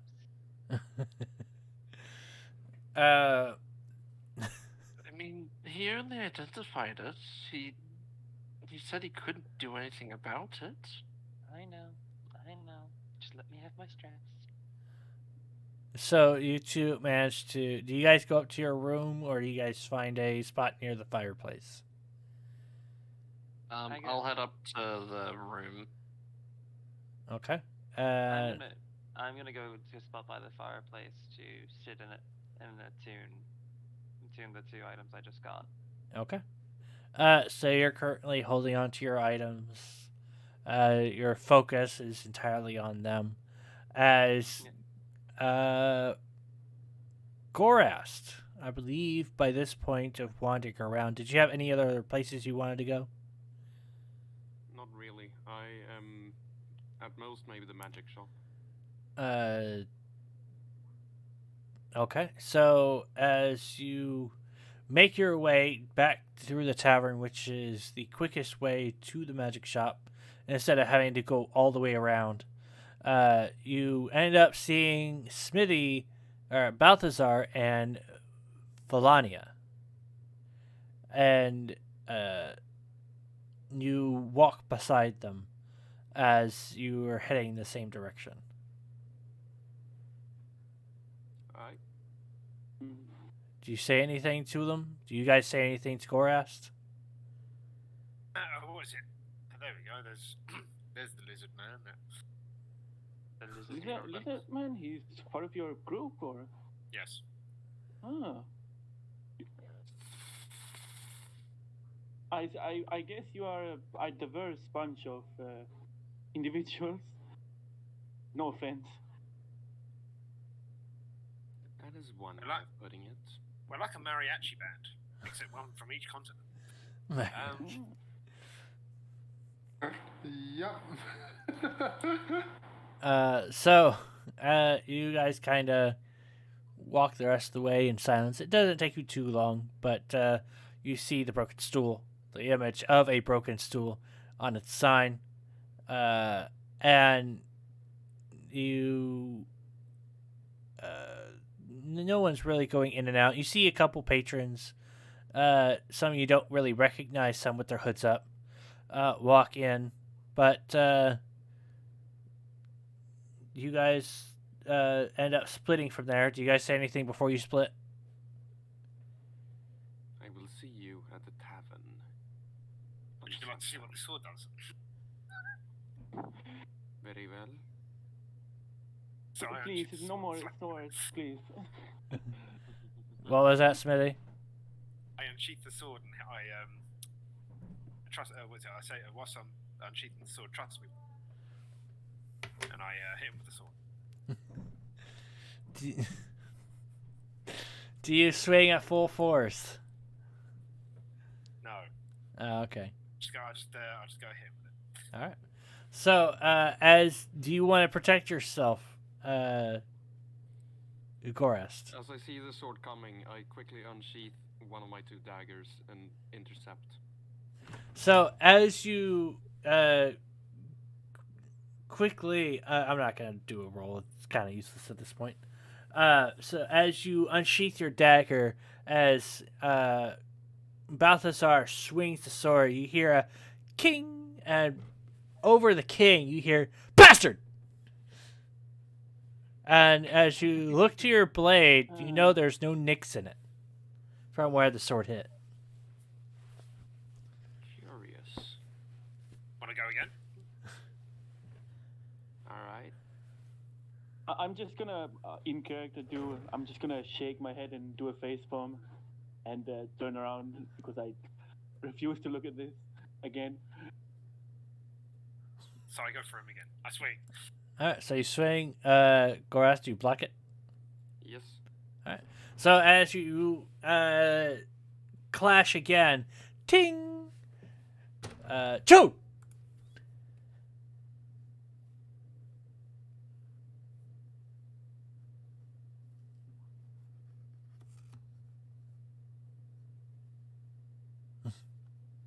Oh, there we go. I sheath the sword. Okay, I thought you were going to say something else. Nope, chode. That's what it Oh, said. okay. I'm looking up swear words in different languages. Out. Murder. Sword going. Out. Golken Mork! What? Sorry.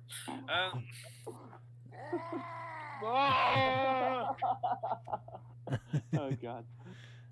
With that, you guys,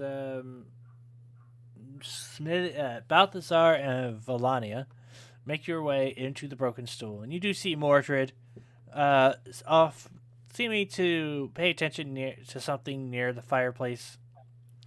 You don't see Iona anywhere, but there doesn't seem to be anyone else in the bar, or in the tavern area.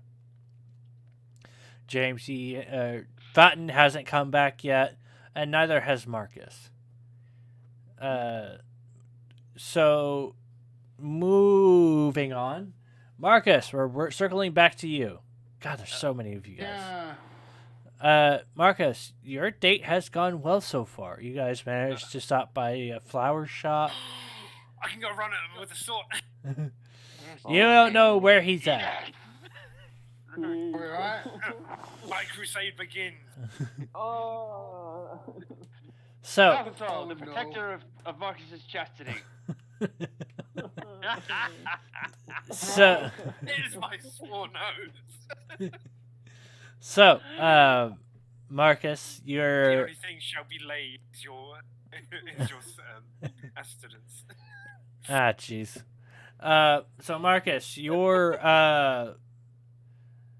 date's gone well so far. You managed to find some flowers, managed to get them for her. It didn't cost you anything.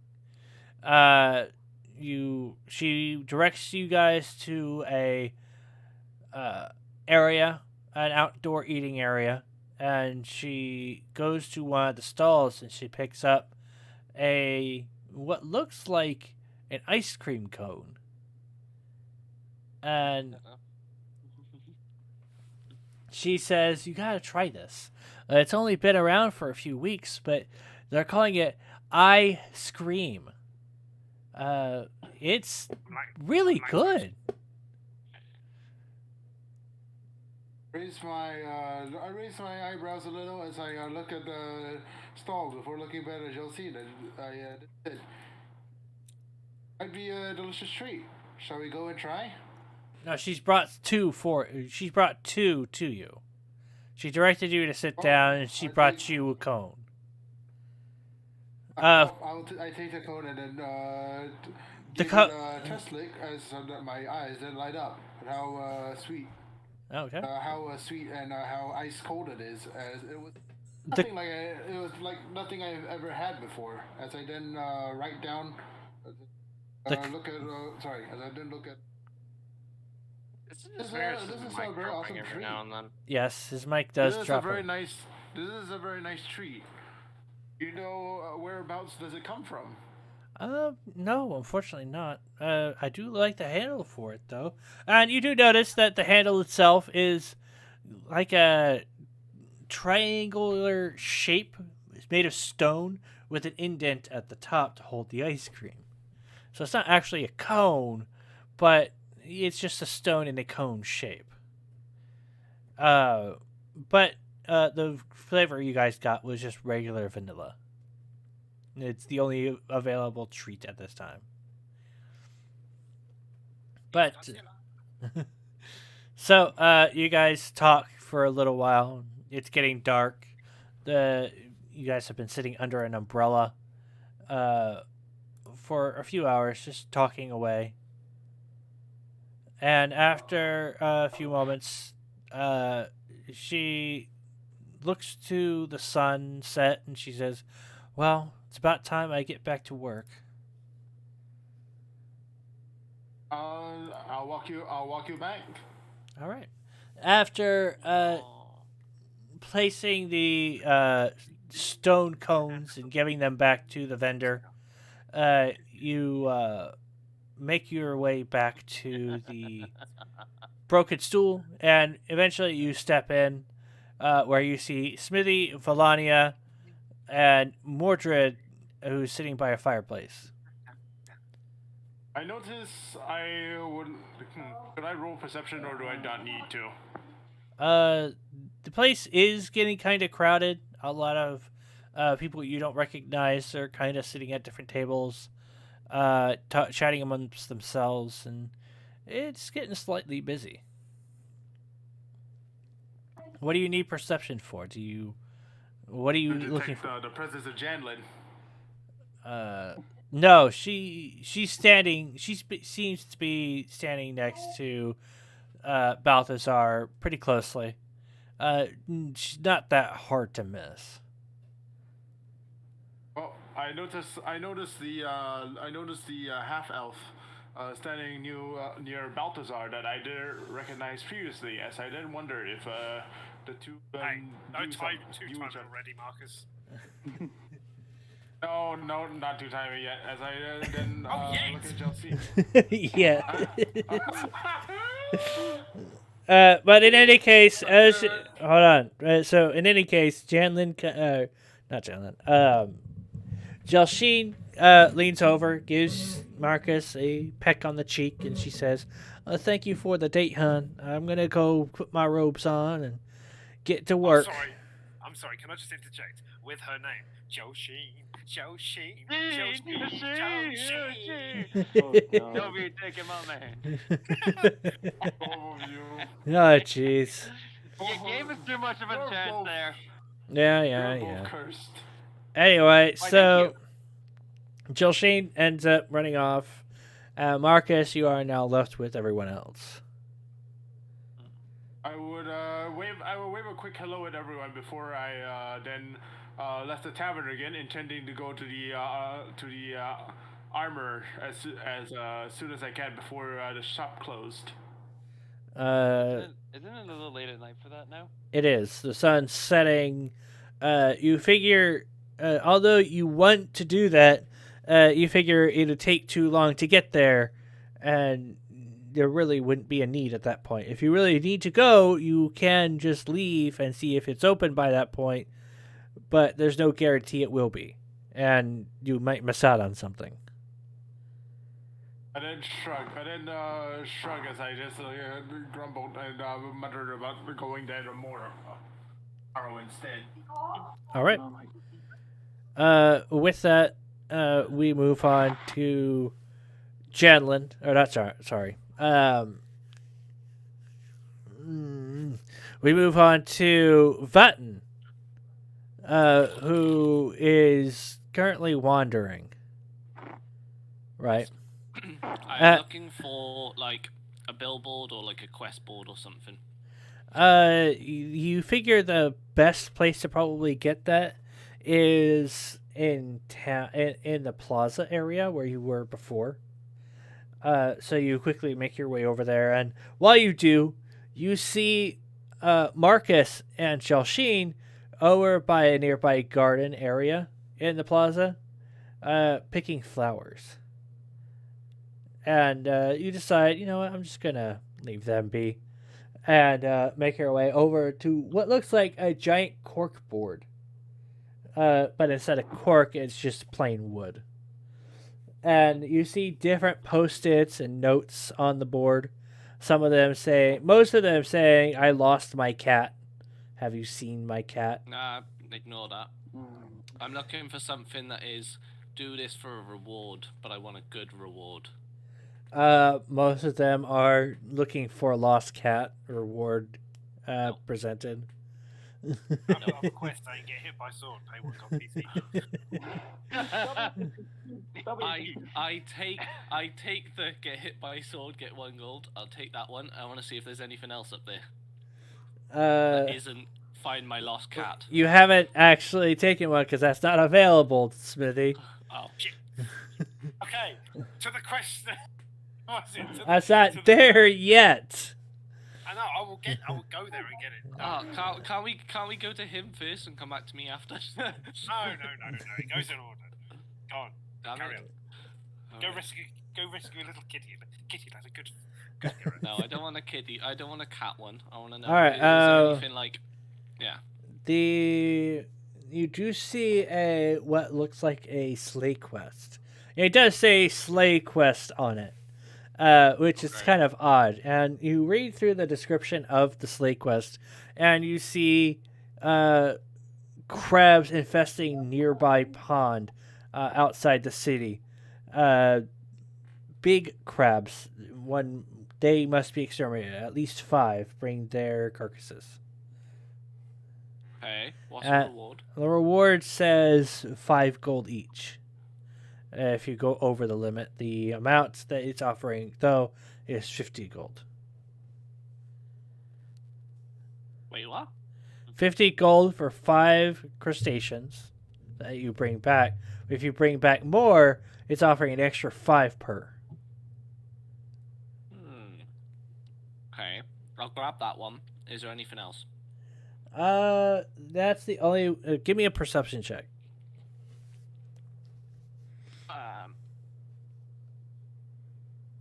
No, you don't. That's on 17 on my screen. Right, it is literally, like cocked to like anything on my screen right now.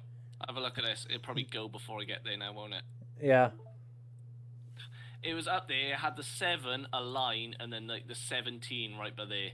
Like the line was dead in the middle. Well, that sucks because it's a 9 on mine. No, unfortunately, the sleigh quest was the only one that looked interesting enough. Everything else is lost cat. You see one for lost dog, though. You also see one for lost monkey. Nope.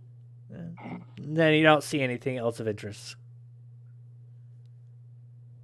How long has it been since I left the magic shop? Say about 20 minutes. Ugh. But you wander around and you manage to spend a few hours just wandering.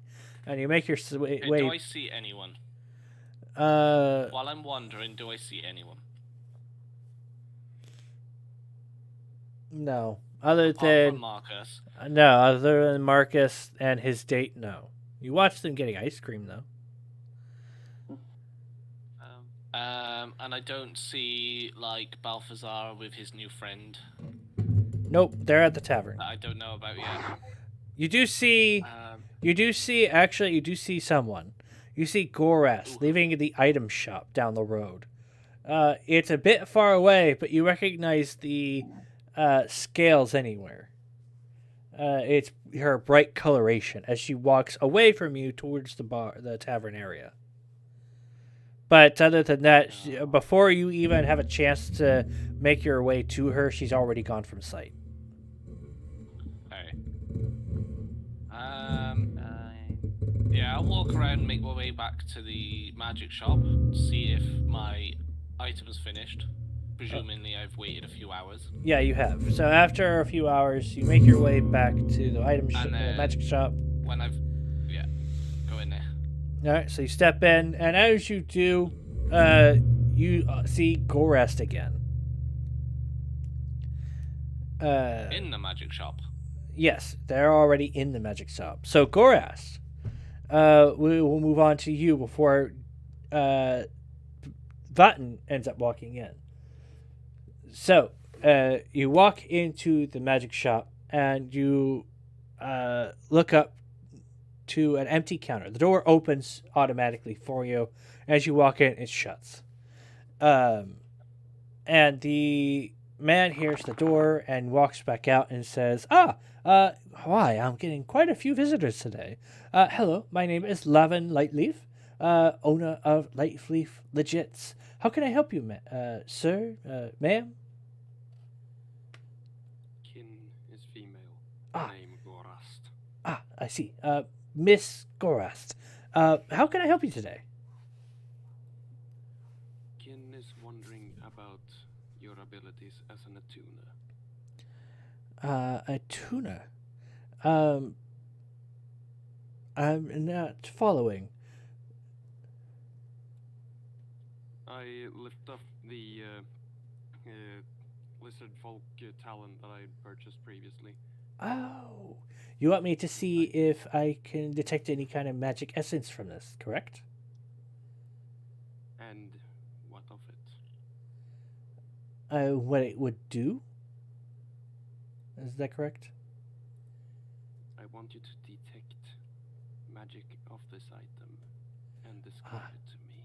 I see. Okay. That'll be 2 gold pieces. I drop the pieces on the counter. He takes them, takes the claw, and places it on the counter in front, and places his hands on either side in a kind of triangle formation, fingers spread, and he kind of does a soft chant as he kind of feel, and you watch as shelves with vases on the top, and you feel a wind rush through before he stops, and my, this is an odd piece. Where did you get this? A certain gnome. That gnome. Did he happen to be named Trevor Pront? This may be the case. I see. So I have identified the object. This is a lizard man talon from the South Marshes. It's cold this time of year, but it should be heating up pretty soon. As for any kind of magical properties this item may have, this does allow walking perfectly fine on certain terrain.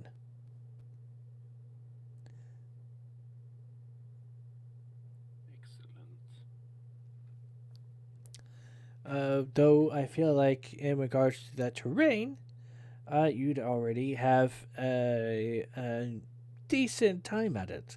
But this should enhance your ability to not get tripped up as much. I think the only thing it would really help is underwater.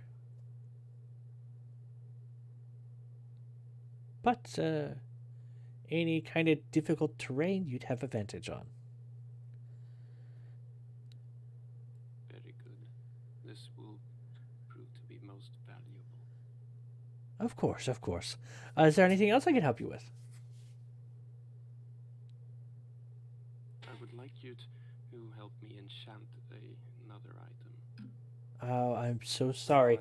I'm going to have you come back tomorrow. Currently have my hands full with other orders. That can be achieved. Okay. Well, did you need anything else? That will be all. All right. Have a fantastic evening. About to close up my shop myself. And as he kind of whips his finger and the door opens, and as the door does, Vatten ends up walking through, and you both kind of glance at each other. Gorast.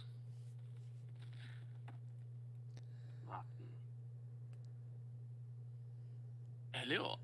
What are you doing here today? Business.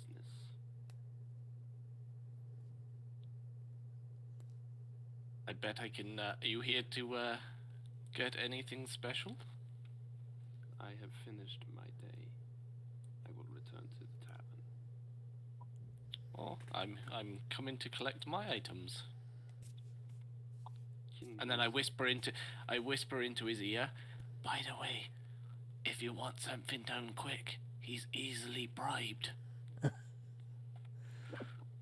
Kin will take note. So with that, Goras, do you leave? Yes, and I head back for the tavern. All right. Vatten, you watch as Goras leaves. The door shuts behind him, basically on its own. As you look up to Levin, and he says, you. Yes, I do have your item ready. And I hold on, I need a roll. Let's see.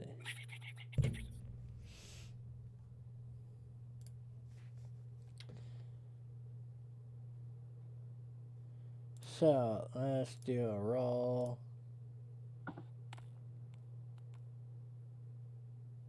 Okay. So as he brings out your glove, currently wrapped in what looks like a orange cloth, places it on the counter, and folds it, and on there you see your glove, and at first you kind of see a glint of like a blue shine to it before it simply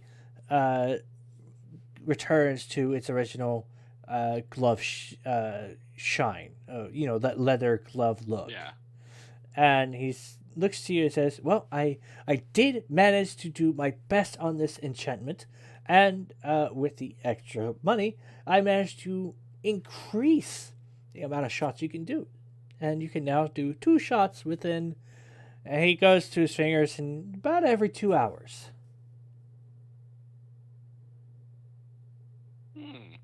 Very nice. I'll add that to magic Yeah, we items will list. So, all right. And with that, he goes, "Did you need anything else? I'm about to close up shop." No, that'll be all. Thank you. He nods, and I put my glove on. Obviously. Oh no. all right. And with that, you leave the shop. The door closes, and you hear as it locks. Where do you go now? It's getting dark, and it's still pretty rainy. Do I see anyone about? You do see Goras back. Quite a bit of ways, but not too far. Interesting. No one else around. Nope. It's pretty dead, mainly because of the rain and it being late. I want to test my glove. Let me guess, at Gorast. No. Okay. Not that mean. So, firstly, I'm going to disguise self again. Oh no. Alright, one moment. Snow, what's up? Yeah, we're doing D&D. Anyway, continue. So I'm gonna disguise myself. Okay. I wanna look like, I say, a foot shorter. I have Okay. long blonde hair. Okay. Uh-huh. I have long, like, purple robes on. Okay. And I want to find a tree. I'm just going to stick my left hand up and shoot at the tree. Oh lord. No table? No, we use Tailspire in case there's a battle of some kind, but not really. We're using D&D Beyond. Anyway, honestly, if I ended up getting what was the other one? God, I don't remember what it's called. I'll look it up later. But there's another tabletop game on Steam for D&D. Tabletop Simulator. No, the other one. They made a Unity version of it. I'll have to look. Like I said, I'll have to look it up in a bit. All right. So, with your new disguise on, you aim at the nearest tree, and how do you want to summon your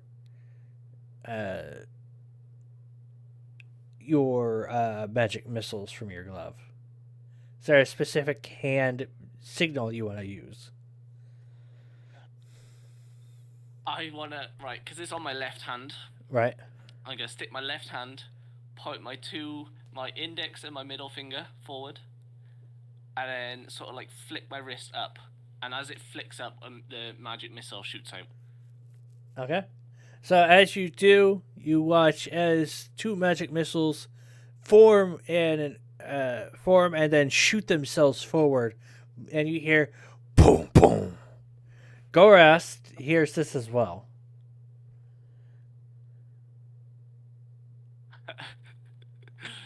Gorast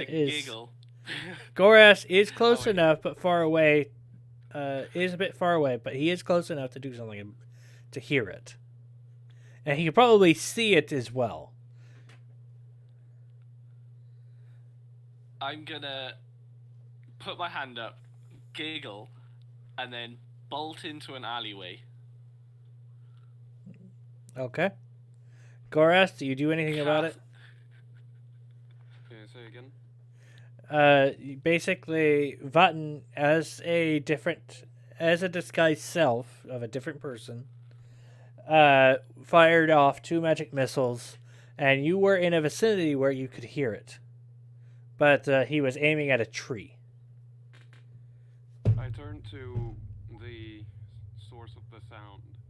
And as you do, you see what does your character look like? A foot shorter, blonde hair, purple robes? It's a woman with purple robes, long blonde hair, and I'm running into an alleyway.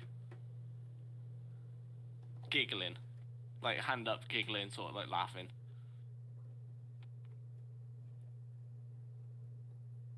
I stand in the middle of the road, just figuring what just happened, and then decide I have nothing to do with it.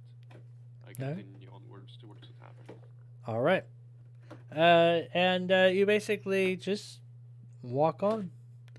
Vatten, what do you do? I'm gonna, while I'm in the alleyway, like near the end of it, I'm gonna redisguise self. Right. As myself again, and then I'm just gonna walk out as if nothing happened. Okay. And then head towards the take a slow walk so that my disguise selves run out before I make it back to the tavern, but obviously I'll jump in an alleyway when the second disguise self runs out. Okay.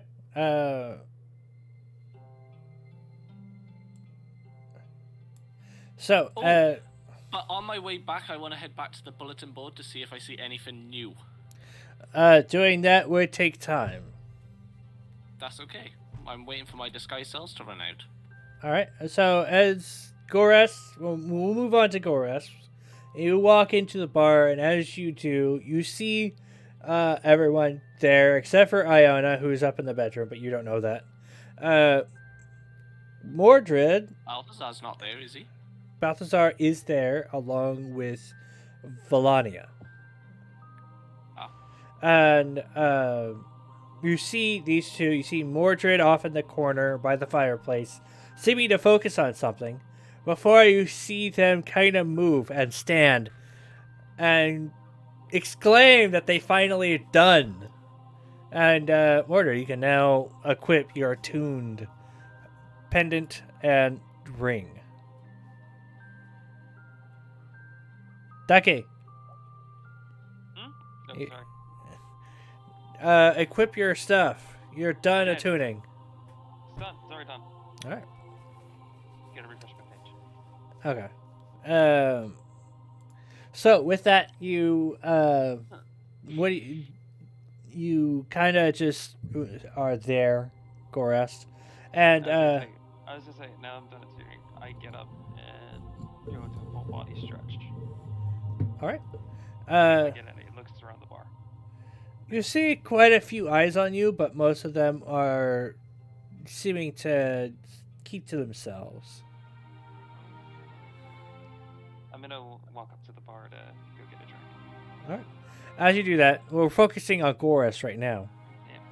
Yeah. I was just saying, you're done attuning.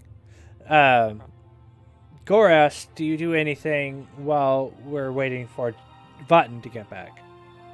Move up to the bar counter to grab something to eat and drink. All right. You order something to eat and drink while you're waiting for that. You sit yourself at a table.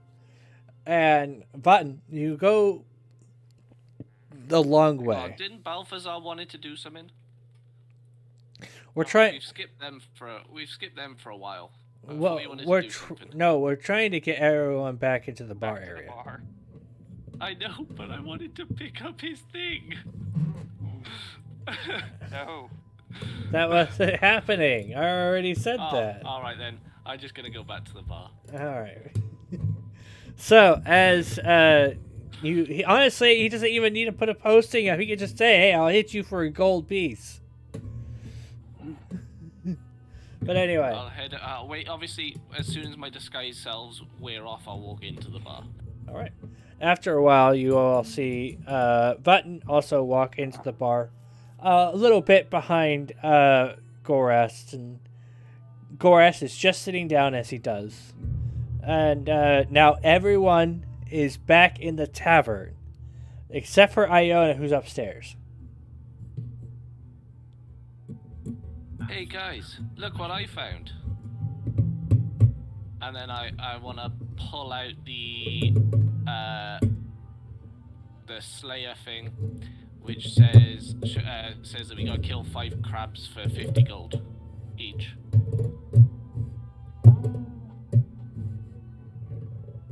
Well, that is nice. I will say that I also technically came here to recruit people for something which the reward for would be quite a lot higher, so...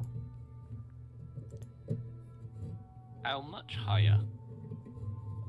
So, in regards to the amount that Valania is currently carrying, which is 30,000 gold pieces. Okay. Excuse me. So, how much higher? That is to their discretion. You guys don't know they have this much on them. So, you can set a price that you want. Now, this is your company's money. So, depending on what happens here with how much you give, could affect your next stay here. Do we know that they have 30 grand on them? Yeah, I was about to say, do they know do we know she's got like 30 grand on her? Oh, I just said you don't. No, that's... Yeah, with the sword. I'm waiting for an answer. but everyone's butted in. And I'm thinking because I'm terrible at roleplaying. And my sword is flatulent. And I'm thinking, if Ducky heard that would give him enough reason to go, Well, though, I do have ways of keeping people asleep now. Well, anyway. Actually, I have a question. Yeah. Yeah. Would it make sense for me to have some kind of letter or a description of what I'm or the people I'm supposed to recruit for, so they can inform themselves that way, or do I have to explain it? You have a minor description in your notebook given to you by the company. Ah. Well, I hear myself talking? This is weird. How do you hear yourself talking? Snow, who are you? I've been asking that myself. Who are you? Anyway. Am I? Where was I? Someone said something about goldfishes? Who said something about goldfishes? I No one don't said know. I don't know. Weird. Well, anyway. Damn it, I lost my train of thought. He has a description in his Oh, yeah. notebook. You have just a basic description of the job at hand. Basically, to go investigate the mine that something unscrupulous might be happening there, or a monster has moved in. But there, you don't really have a letter or anything. That's why they sent you in the first place. You are the flyer. A letter. Yeah, you are basically the letter. That's why they sent you instead of simply telegramming someone or sending a letter to be posted on the board. Because the whole point was that there isn't a company station there that they could receive the reward. That's why you're there. And they figure you're powerful enough to hold back anyone who would try to rob you. They haven't heard of anybody being robbed at that point. So they figured it was safe enough to send you alone to go hire people. If you want the math behind it, if it's for all 7 of us, it's 4,285 gold each. I think I would just say something like, I have XYZ amount and you can split it up. Now, like I said, you have 30,000 gold pieces. I know I have that amount. I was just making an example. Right. But if you don't take a part in that, then that's like 5,000 each. Well, that's just to say that they don't have to give you the entire amount. The whole point was If he is gives that us the entire amount. Ducky, you're the right Yes? person for the job. We need to make some corporate cuts to get a bigger cut each. You. Now- I'll give you my sword. now, Janland. Yes. The whole point of you having 30,000 is so you have enough in case of fallback. They don't expect you to use all 30,000. Obviously. Alright. So it's up to you what you offer. But like I said, next time you come up, something might happen if you used all 30,000. But this is to your discretion. This is what you want to do. Yeah, With some guidance. fair enough.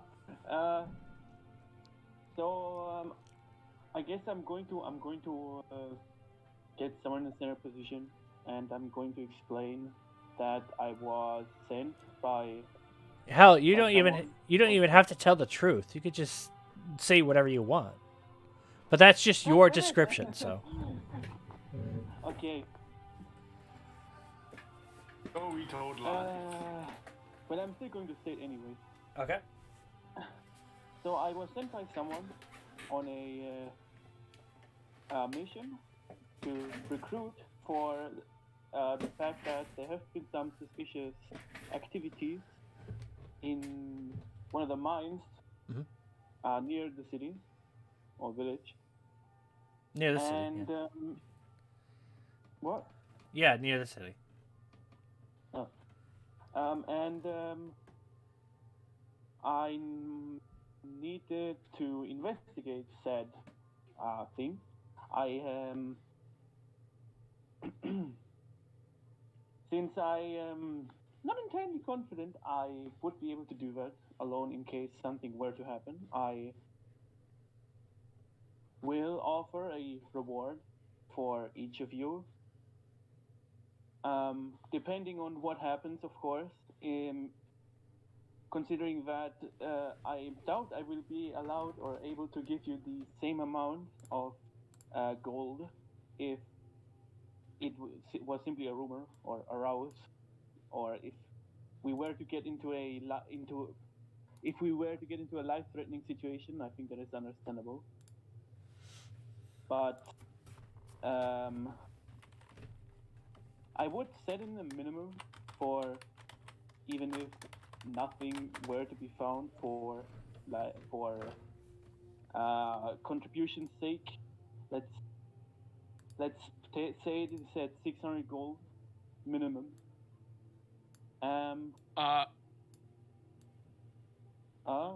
Yes. I just look at him, look at the paper, look back at him. He doesn't really have a paper. No, the paper that I put on the table about the crabs. Oh, right. Look at him, look at the paper, look at him, look back at the paper, and go, fuck this, rip it up and throw it in the fire. Let's go with your idea. Yeah, alright. So I suppose we all have a deal, we can say. Or well, actually no, I'm just going to say this. I'm going to ask into the round if or who would like to participate in this. I'm down. I'm down for it, and so is my partner. Okay. The rest of you? Kin will participate. All right. Marcus? Perhaps, perhaps I shall, but when will this take place? Well, considering my stay here is very limited, I would need to do it as soon as possible, so preferably today still. Tomorrow, wouldn't it be? Yeah, you would be tomorrow. You're able to stay for one night. Oh wait, one night. Okay. Yes. So So, are we setting off in the morning or the afternoon? Well, if you have some important business to take care of, which won't take long tomorrow in the morning, you can take care of that. I would like to set off tomorrow relatively early, if that is doable. Alright, I'll go and settle my business tomorrow, and then I will set off. Alright. Althazar? You know, what's up? Did you hear anything that was going on? Yeah. Well, I kind of lost halfway fucking through it because there was just so much shit going on. Okay, so we've been offered a job for 600 gold to just go have a look. It'll be more if we gotta kill stuff. Alright, You win. Let's go. He's gonna go bump something with the sword. I'm gonna go. Yeah, I'm gonna go. All right, I'm down and throw my hand up in the air. And as I do, out of nowhere, you see a sword appear. Its handle is made of like bones. It's got like the sword then itself looks like a spine up until about halfway, where it goes into like a curved sword, sort of basically all bone. And I just look at it and go, hey, where did that come from? Is that my sword? No, that just out of nowhere I in my look on hand, it. that sword Wait. appears. I bonk him with the sword. No. I look upon it with glittering eyes going, soon. All right. I just bring it down and go, where did that come from? Where did it come from? Do you have a prison wallet or something somewhere? And then just and then I just open my hand, and as I open my hand, it vanishes. falls No, it vanishes. That's So, gonna be a trouble every time you have to like grasp your hand, because that's gonna be really bad when you wipe. God, I was gonna say, imagine trying to masturbate. Oh no. Alright. Hopefully I do not it's, need to have hopefully it's sheathed. Hang on. Lumox is so confused as to what's going on now, aren't you, Lumox? Yes, I am. See, It's my packed weapon. As an action, I can my pack weapon. It can. Oh, right. I think we magically discussed this. Yeah, I can choose its form. It counts magical, and I'm proficient with it. Okay. Yeah, I forgot about it a little bit, but I remember now. And then I sort of like just focus on my hand, and then close my hand again, and it reappears. All right. Ooh, fun. And then I make it vanish again. All right. So, as you all agree to go to Valania's mission on the next day, while Iona is upstairs currently playing Valheim. Claire! I am listening. You all decide to settle down. You all had to pay a gold piece for a room if you want to stay.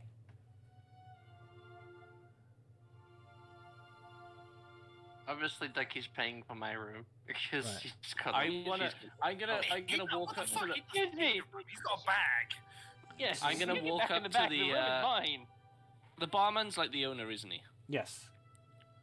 I want to walk up to the barman and say, "Hey, if I can make a sword appear out of nowhere, can I have the room for free tonight?" Roll me a persuasion. 14. He kind of... Yeah, sure, matey, as if you could do that. And then I make my sword appear in my hand. As you do, he kind of... What the... And just falls out of his chair. After a moment, he stands back up and... Fine! Free room. The food is still paid. This is what we like best. And then I make it disappear and say, fine. And then that'll do. I'll walk up to my room. All right. So we move on to everyone else. Gorast, you get your food and drink, a nice big ham bone. With I didn't have food, did I? Nope. I want to take my food up to my room too. How much does my food cost? How hard can I throw a ration at somebody? A ration? Yeah. Who do you throw it at? I don't know. Do you want it? Jamesy, sorry. I've still got 9. What's that? What, I've health? still got 9 rations. Oh. Well, fucking eat one of those then, you fat fuck. For food, it would cost 2 silver. Yeah, I'll take 2 silvers worth of food up to my room and Okay. eat it in my room. All right. You see Jelsheen walk out from the back with the tray. First, she places a tray of the food, their drink of choice. I'm guessing water. Yep. Well, for Gorast. Oh. Gorast. Mm. What kind of drink did you have? This time, I'm grabbing some form of alcohol. All right, so she brings out the ale, this special ale that the inn has. It's not good, but it's not bad either.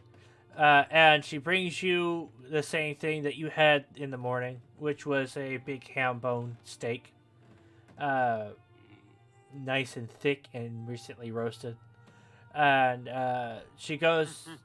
Gerald talks to Mordred, who's ordering a drink, and he takes 2 silver on top of the gold for the room. As for Goras, Ooh, because I wanna throw some in. Since your meal is a dinner instead of a breakfast, since they don't usually sell meat during breakfast, they they say it's only 2 silver, and she takes 2 silver from you. And Mordred, Wait, Lumos,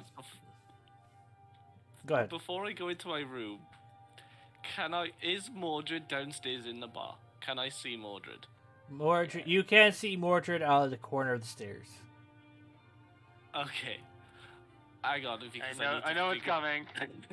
No, you don't. I need to find a word for this. Hang on. Oh no.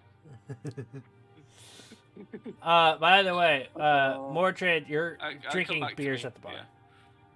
What's up? You're drinking your fill of alcohol at the bar. Yes.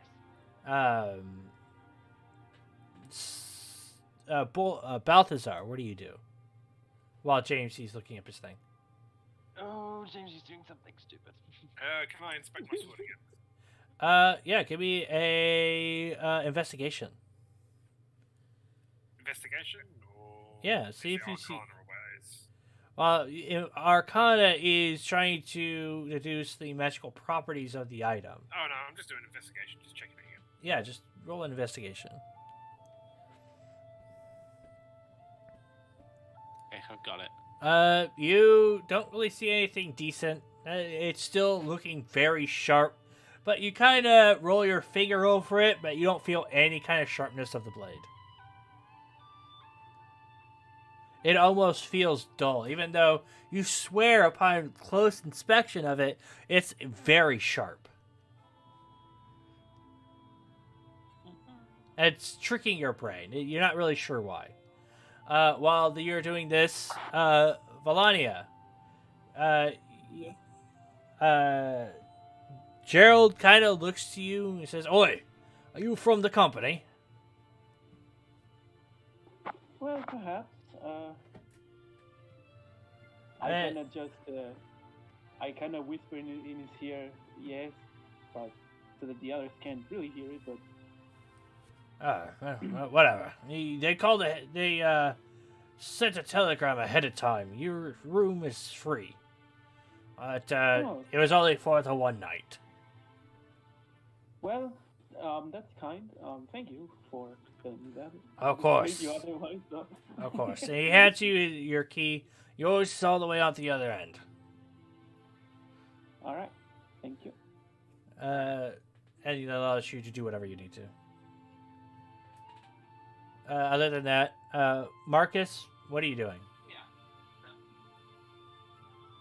Me, I decide. Is it already the next day?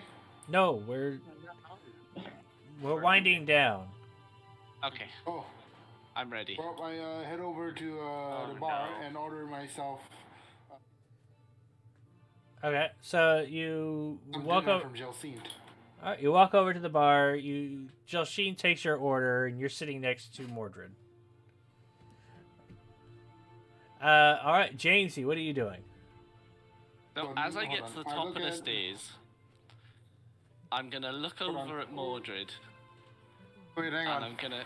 Okay. Marcus, shut up. Oh no. No, I was not done yet. I just I looked over at Mordred and I look around to see where Iona could be. Well, this is happening at the same time, so small increments. All right. So yeah, I'm gonna stand at the top of the stairs, Uh just so I can just see Mordred, but huh. I'm kind of hidden. And I'm gonna go, Deirdre. So Mordred now needs to make a wisdom saving throw. Okay.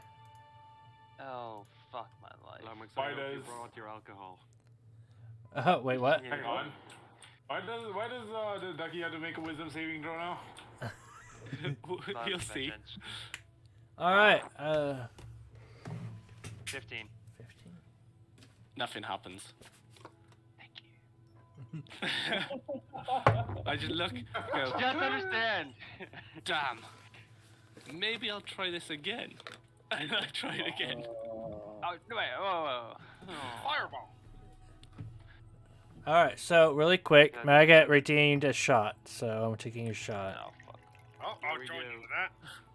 And Mordred needs to do another wisdom saving throw. I'll only allow one more. I can't do another one after this. Oh, okay. Hold up. Wait, did you just say you need another one? Yes. You can't. It's got an hour wait time on that. So. You son of a bitch. Okay. So, wait, do I need to make another wisdom saving Yeah. throw? Or... Yeah. I'm letting yeah. Yes. Make another wisdom saving throw. If he's using spell slots, then yes. Motherfucker! Oh, it's not a natural So one. So. As you look at Mordred, what you see is a crown appear above her head. Uh-huh. And hang Oh on, wait. no. What have you done to me? You see like a crown appear above her head of like jagged iron pieces, and her eyes start to glow in madness. You are under the spell of what's it called again? Like the Crown of madness. So, one humanoid of your choice that you see within range must succeed on wisdom saving throw or become charmed by you for the duration. And a madness glows in its eyes. The charmed target must use its action before moving on each of its turn to make a melee attack against a creature other than itself that you mentally choose. The target can act normally on its turn if you choose no creature or if none are within its reach. So Marcus is about to get maced So in the face. for a minute before Mordred does anything, he has to like attack basically. All right, so you have to choose the target, or he just acts normally. Who's near him? Right now it's Marcus. Oh my Marcus God. is sitting. So Marcus is sitting right next to him, but there's also Gerald in Oh, front. I'm gonna roll with this. Really? Wait. Before we finish that, I have a shot in front of me. So really quick, I want you guys to pay attention to the stream. Okay. Here we go. All right. I have. No. Here's my shot. Hey. All right, someone count me down.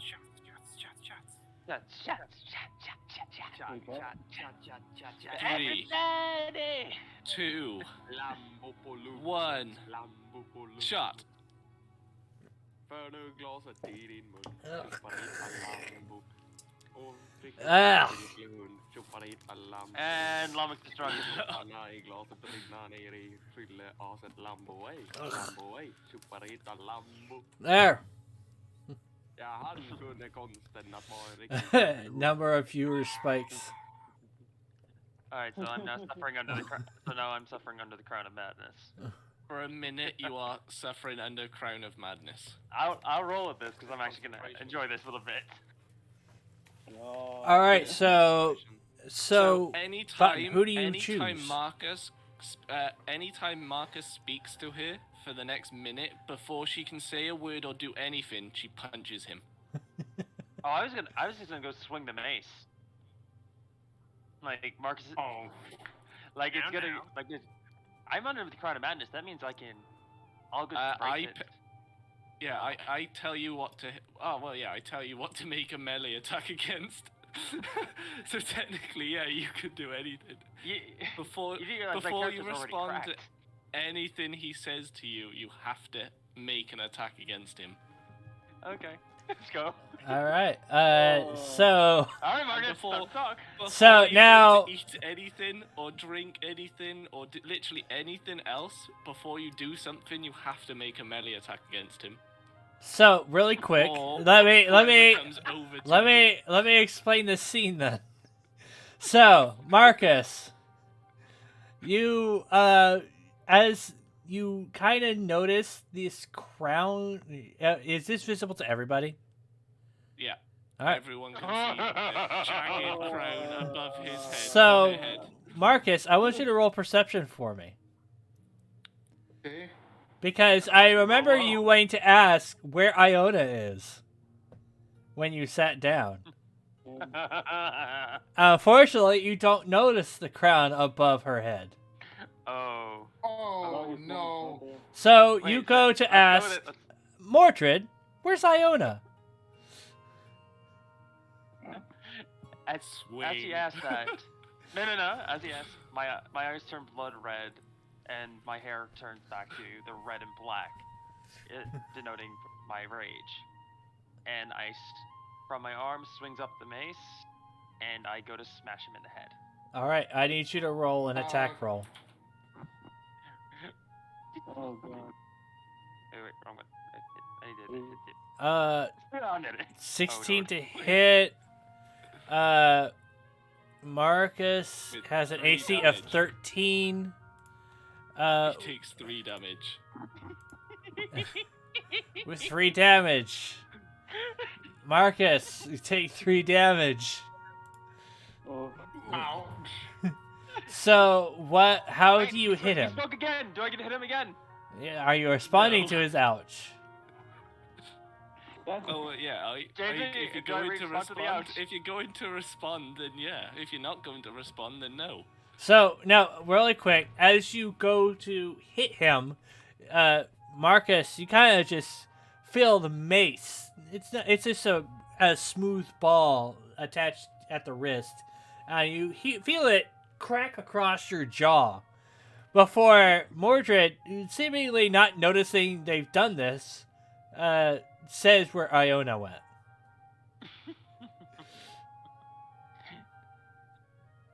Now the question is, does Marcus notice my hair and eyes changing back to normal color after the We'll say for the sake of not rolling, yes. He's Does staring anyone, right does at you. anyone so. else see? Does anyone else like? in All right, the bar see everyone. this happen? Everyone roll perception now. Because obviously after being hit, noises would have been made. Like, does I want to know what everyone in the bar is doing, because Roll. this is where it's gonna get interesting. Yes. Perception, yeah? Yep, roll me perception. Be a blind cunt shit. Marcus, you don't have to roll it again. You got hit in the face. Yeah, after just being hit in the face, you look up to see the crown. Balthazar, you do not. Valania, you do. What is it? I tried to wait, do I have an ability or something? Hold on, Well, no, like, if he hears the hit, he would have seen the crown. Can I Basically. use the grappling pin? Do what? Can I use the grappling pin? You could. You could move up behind Mordred and grapple.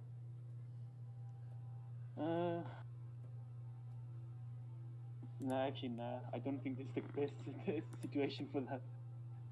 Does the barman do anything? Gerald kind of just eyes Mordred, eyes Marcus, shrugs, and leans back into his chair. But anyway, Mordred, where's Iona? Because you still haven't answered Marcus's question. Yeah, you hit him once. Uttered is another punch. Each word uttered is a punch. Now the rule was is that you No, still so, did yeah, your you action. hit and then you can answer. Yeah. So you still haven't answered him. Or do you not answer and just whatever? I guess I'll answer now that I see that the invite is gone. Repeat that. Has Marcus spoken to me again? No, I was he. waiting for you to answer where she's gone. after So- you hit her. No. Yeah. Oh, no, because I don't see him there. Therefore, I don't feel the need to answer. As far as I'm concerned, he left. Who, Iona or Marcus? Because he's still sitting next Marcus. to you. Oh, He's yeah. not on the floor. He's not prone or anything. You just cracked into his jaw, but he's still sitting there. With a mace. He's still sitting after getting nailed with a mace in the head. You cracked him across the jaw, but yes, you only did 3 damage. And So I'm just there, and I'm just sitting there with a straight face, just be like, you grazed him against the jaw. It wasn't a hard hit. If you had done 5 or more damage, I would have considered him prone. Oh, okay. Oh, that as my hair and eyes change back to normal, I, with my standard happy voice, go. I only want to go take a nap upstairs. To play Valheim. By the way, can I roll for the thing we were talking about before? Like, oh no. Oh yeah. Go ahead and do that now. Oh no! What are you doing, my evil little slime? but he's chaotic good. Still chaotic. Would that be? No, that's not high enough. No, I wouldn't think so either. You can try again tomorrow. Yeah. Mm-hmm. The next day. Yeah, the next day when you get some free time. Yeah. So you guys don't have to worry about. You guys don't have to worry about that. That's their own situation.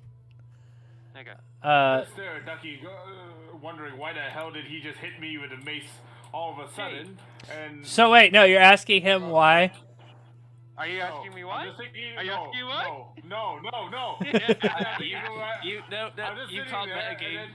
You can't metagame. You don't know he's gonna hit you. He said he asked Mordred. Oh yeah, he Yeah, did. Mordred. He did say he were gonna ask Mordred. So Mordred, make an attack roll. All right. Yeah, you can't think about it. You can't metagame. You don't know what's going on. If he asks the question, off he goes. No, it does not hit him. He manages to dodge it this time. Can I, since I saw what happened, can I just go over to Marcus, nudge him, and just make a gesture that he should keep his mouth closed? All right. Because there is a very annoyed changeling sitting there right now. All right. So Marcus, I want you to make me a roll of. Intelligence. Yeah, give me an intelligence roll because you need to get understand their sign language. Valania's. Wow, he actually lives. And with that, yeah, he kind of just zips his mouth shut. Hang on. What? Hang on. What language do elves speak? Elvish. Elvish. Common. They're not saying. They're not saying it. They're kind of like motioning, gesturing. Hey, shut up. Like with a zipping of their mouth, Does Mordred see the gesture? Well, that's why he rolled intelligence to figure out if he understood it. No, not Marcus. Does Mordred see? Oh, the does gesture? Mordred see it? I would say yes. They're right in front of her. Oh, okay. Well, then when she sees Val gesture, she goes for another swing. And another hit dice out. Oh! 21. Marcus, you better pray. No, you're not hitting Mardress. You're hitting Val. So That's 5. Valania, your armor's 13, which it does hit, so you take 5 damage. Alright. And you've been knocked hard enough to fall to the floor.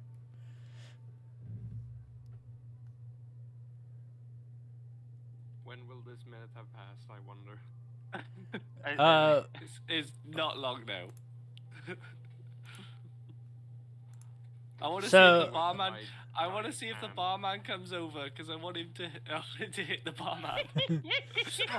Now, upon I was gonna say upon watching Mordred look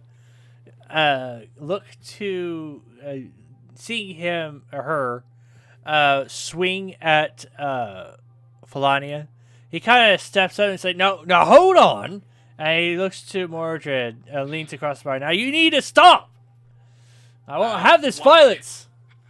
Okay, so I guess I rolled a hit. Yep. And then as you hit, the spell wears out. Yeah, it's a 10. Does that hit? Yes. No, I'm sorry. No, it doesn't. You miss. Oh, you're so lucky that didn't hit. Because that was max. So As he misses, the spell wears out, and all he sees is like the mace, like wherever it hits. So Smash it. as Crack it. hold on, calm down, Cracking the bar. calm down. All right, let me explain. Fine. Let me explain.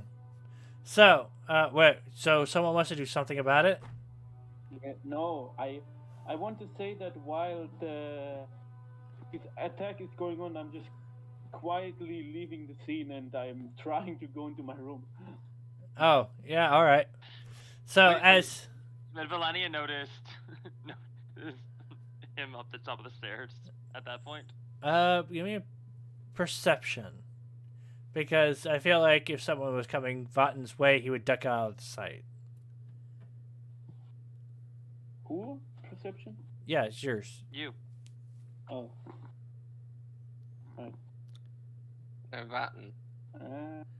Actually, no, I wouldn't have ducked out of sight because haven't? I would have waited to. I've got to wait for when he comes up if he sees me. All right. So you do. I'm If not, that's like, the case, then hiding yes. properly. Yes, you would have seen Vatten at the top of the stairs. So, I look at. Okay. So as Mordred, you go for a swing, and the barman Gerald ends up seeing this, and you just barely miss him as your mace crashes and leaves a broken wooden dent into the bar top. And he says, "All right, I don't care if you paid. I want you out." And oh, shit. And he ends up calling out, "Brutus!" And you listen as you hear hard thumps from the kitchen as Brutus, the giant ox creature, walks up towards you. And he's a good 8 to 9 feet tall. May I go get my bag and I'll be right at the bloody door? Ugh. Is that alright with you? Fine! And he slumps back into his chair rather hard and watches you now. As I run upstairs to go grab our bags and Iona. As Yeah, they well, come like- up, I wanna like appear like wiping my eyes as if I've just gotten out of my room and go, what's going on? So at this point, Valania had moved past, but she did see Vatten at the top of the stairs, but she went to her room. After that, Mordred walks up and sees Vatten wiping his eyes. Well, I would have said that to Valania as she was coming up. Oh, I see. Oh. Yeah. So you say the exact same thing to Mordred then? Well, no, I would have been speaking to Valania as she come up. What's going on? Oh, I see. That was going on down there, yeah. Okay. So Mordred, how do you respond? Don't you I mean love that. Valania? Yeah, Valania would be up there first. All right, Yeah, so Valania, I'm what do you? speaking to Valania. All right, What's so going on? So before Mordred walks up the stairs, Valania, what do you say to Vatten? Well, it seems that one of your colleagues wanted to show off a bit by... Now, really quick, Valania, you know this is a spell that someone casts because you remember Yeah, you seeing the saw the crown. crown. You saw the Yeah, crown you and would the have eyes. seen that. What? You would have known she was under a spell. You would So, have seen the crown. Yes, You have no correlation it being Vatten, but you know it was under a spell. Just for the information. I know, I meant, I wanted to say that someone was showing off by using a spell on someone. Oh, I see. Okay. Oh. And Marcus, I believe, and I were a bit hit by oh my god,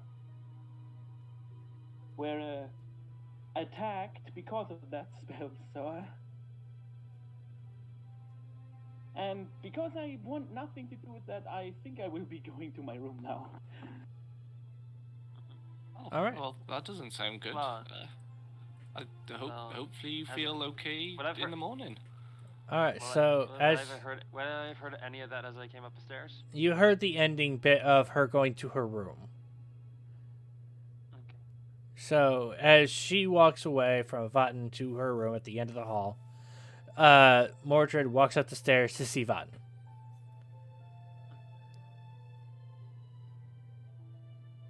What happened, Mordred? Now, do I know? What happened? I don't know. Apparently, somebody decided to give me a bit of madness today. Well, I don't know if you wouldn't have realized you were under the spell, I believe. No, you wouldn't. Yeah, you wouldn't have known you were in a spell. So other than that, you just went into anger fits and you don't know why. All right. Okay, we'll rewind. Yeah. Yeah. Now I gotta think of a what- whole different. way You're to do fine. that. Take a moment. What happened, Mordred? Don't know. Just as I was drinking and suddenly Marcus asked me a question and I had an unrefutable urge to smack him over the head with a mace. Then another one came up and I don't know. I honestly don't know. I have to go get my bags and get the hell out. Really quick, Oh. I want to. There's something I forgot to actually check. Oh no. After each action, so after each of your swings, you should have been rolling wisdom to see if you can break the spell. Oh, is it? Yeah. Oh. So Oh, you- really quick, you failed the first one in regards to, I would Okay, say yeah. Marcus's hit. Big rewind. So I want you to roll Roll one. it. Roll It's now three coming more. down to, I want. it's coming down to how many times out of the Yeah, times you roll the hit roll that up he to actually 3 more. Yeah, I need you to Yeah. roll 3 wisdom saving checks. Possibly. No, one would have done. The first one would have done it. The first one would have done All right, so Yeah. rewind. it. Yeah. You After only Marcus hitting, lost the damage. yeah. So the Still be in the bar. yeah. So Jamesy, I'm sorry. Gerald goes back to eyeing both of you, just not really sure what's going on, but he doesn't really care at that point. And Mordred, as you get hit, no one notices the crown above your head because as you hit Marcus, the crown disappears. You're not really sure what came over you, but you don't really seem to Okay. care. All right. And that is where we left things. Alright, I can live with that. Okay, we can do that. So it was still a funny 5-minute playthrough. yes, so Felania, you didn't lose any health, so change your health back. Yeah, I already put it back. Okay. Marcus is the only one who lost health, and that was what, 3? Yeah, 3. 3. Yeah, 3. Poor And poor Marcus. But Marcus. He came up to my character.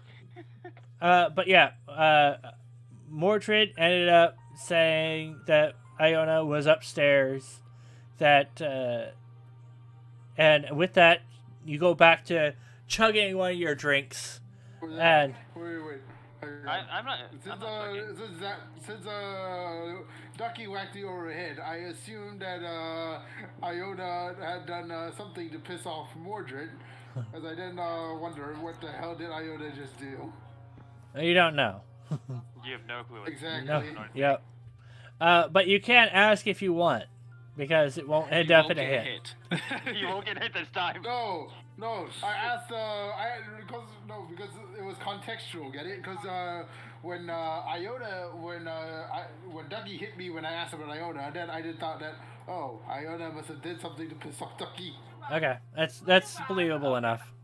So, with that, Gel Sheep comes out with your food and drink, and sets it on a nearby table away from Ducky, because there's usually not enough room for a plate of food at the bar. It's just for drinks. And Mordred is left at the counter with their drink. And yeah, other than you managed to finish your food, gnawing on the bone from the center of your ham. And eventually you just lay back and enjoy the heat of the tavern from the fireplace. I could do this all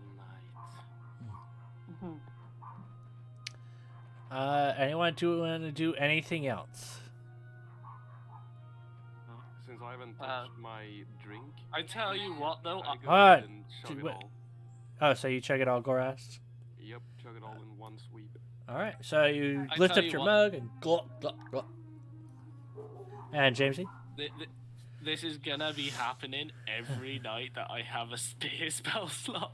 Oh, jeez. Oh no. Oh no. All right. So what happens when you're Jamesy? So what happens after your spell stops? You're still at the top of the stairs. I just walk into my room and giggle to myself. All right. And then whisper under Now- my breath. That'll teach him for putting a knife to my throat. Now, really quick, you did mention beforehand that you weren't really hiding yourself.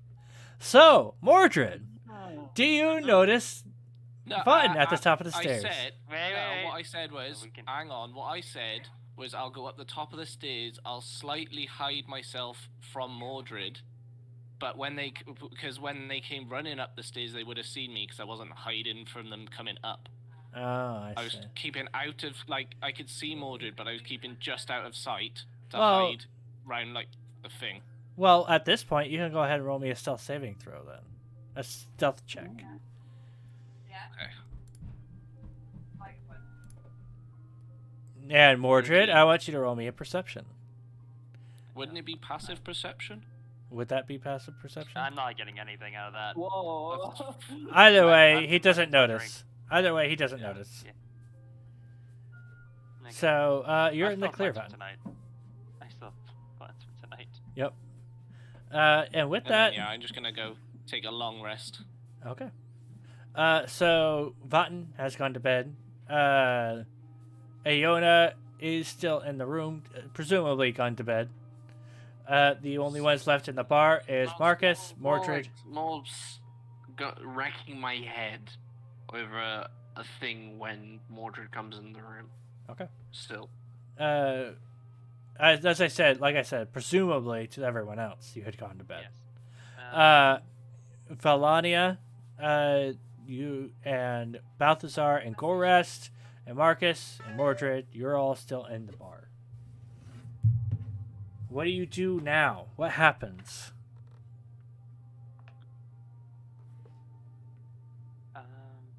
I'm gonna head upstairs because I've just finished my drink. Mhm. And I'm going to bring Iona in on my plan for tonight. Okay. So we'll stick to that for a moment. Mordred, you walk into the bedroom, and you notice that Iona has paper strewn around with doodles all over them. Oh, Iona, what are you doing? There's this thing that's in my brain, and I'm wrecking my brain over it. You don't have a brain. It's entirely made of brain and other things.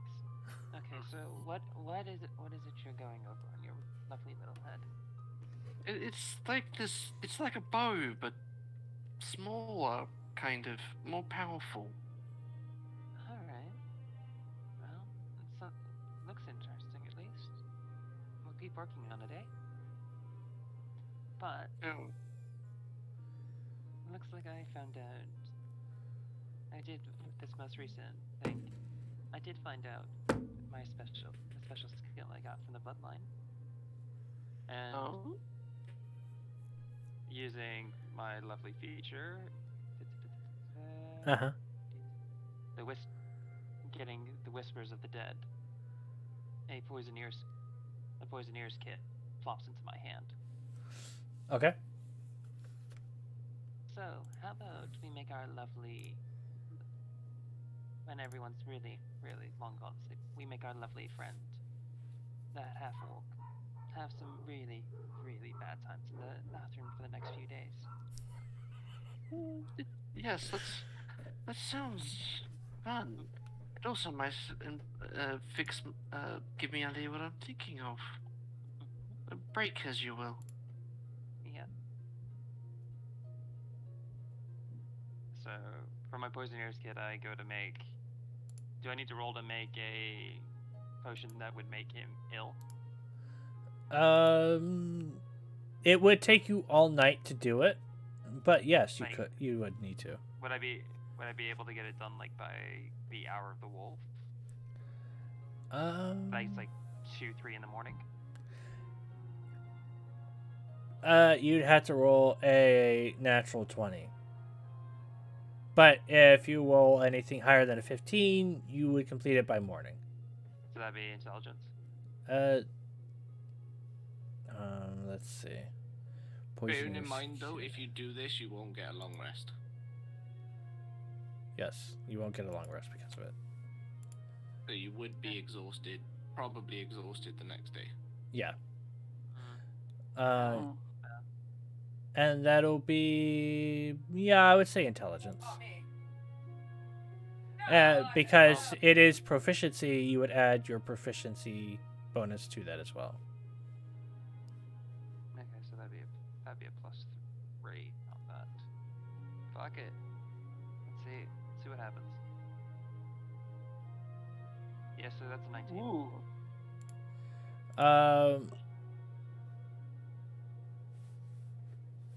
So, yeah, unfortunately, you can't get it done at the hours you want. So you do complete it, but it's in the morning. And you are exhausted for next time. Oh well. You really chose to do this when we're about to go into like a battle tomorrow. So you gain one level of exhaustion. Next day. Okay. How do It's Ducky. He's chaotic evil. So you now have He's disadvantage. neutral. So while you're I'm- exhausted, I'm you neutral have evil. I'm evil. Yeah. So. uh I'm so neutral evil with a wandering with a distant mind. So yes, I focus on things that. so on disadvantage on ability checks now since you're exhausted. But that's for next time. Alright. Then we move on because you guys are in your room. We move on to everyone else. What does everyone else want to do? I will also go to my room, I think. Okay. So you walk up to your room. Do you do anything in your room, or you just go to sleep? No. All right. So what do you do? What? What do you do in your room? I said no. Oh. That I misheard the question. I asked. Okay. So do you go to sleep, or do you just go to your room and do something? Oh wait, no, I go to my room to sleep. Okay. I think I misheard the question. You're fine. You're fine. Balthazar. I'm gonna go back. I'm just gonna tell the barkeep I'm gonna go down to the cellar if that's alright. Gerald looks at you and says, "Oi, that's fine. Whatever. Don't be stealing anything." I don't eat or drink, so no worries about that. He grunts and waves his hand, sending you off. Goras, you finish your drink. You're you down your alcohol. It's been a while since you've had it. You're not that big of a drinker, but you enjoy it when you can.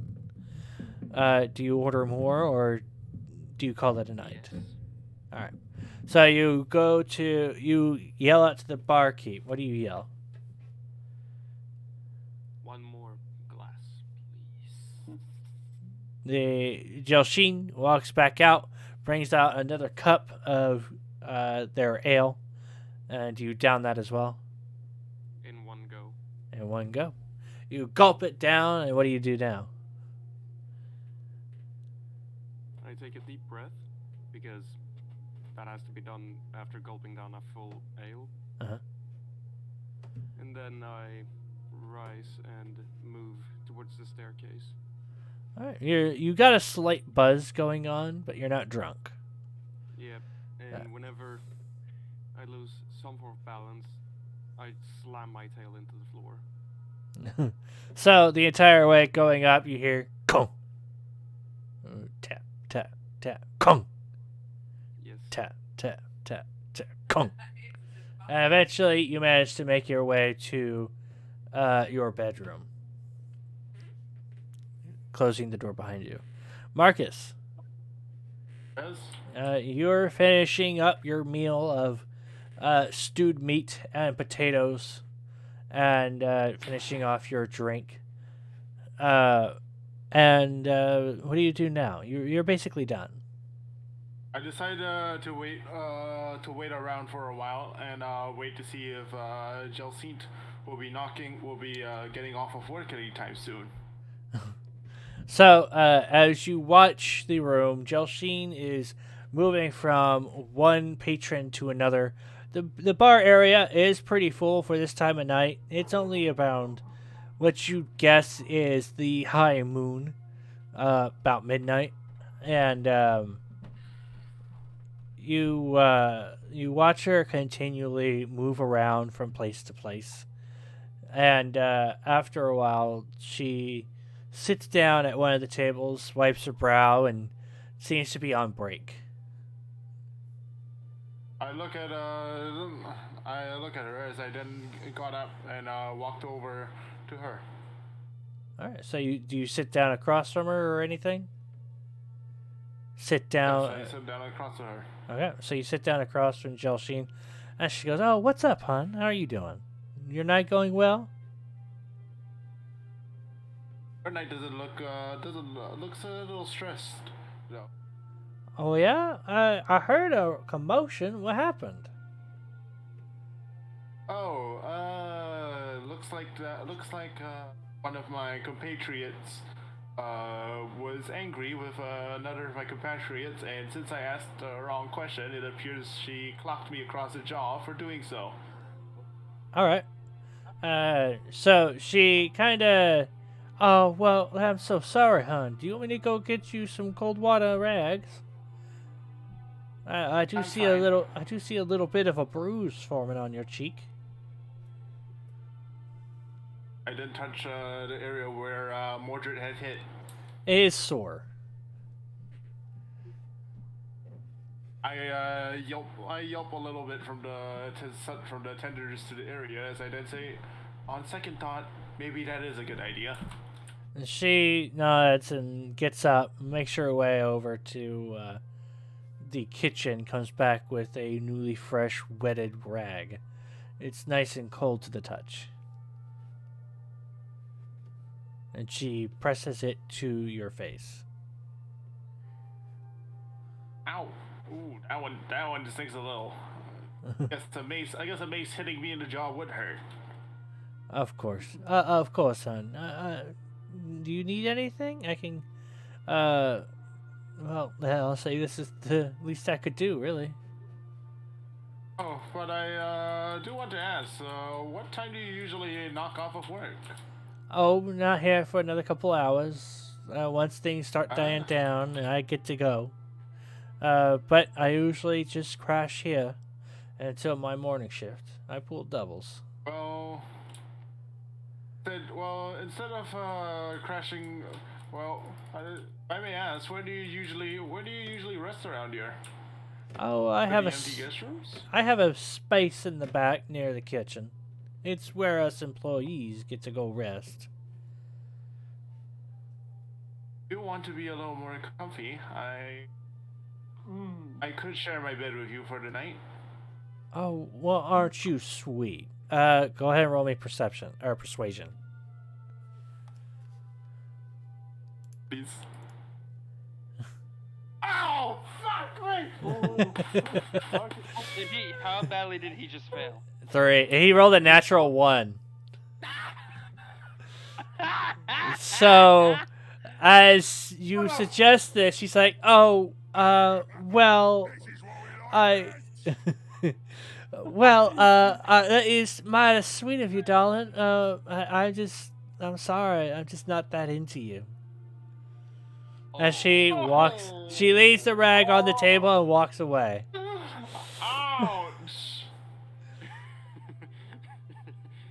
You gotta burn. No, wait, hold on. As she kind of says this, before she leaves, she's like, honestly, though, if your one friend with the blonde hair doesn't mind calling me up, I don't mind. Oh my god. I had to make it. I had to make it hurt more because it's a natural one. I hear someone else laughing in someone's background. Is that your sister, Megan? This is my reaction. This is my reaction internally.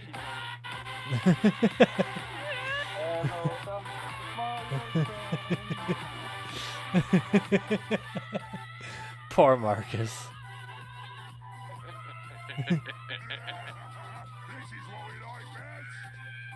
All right.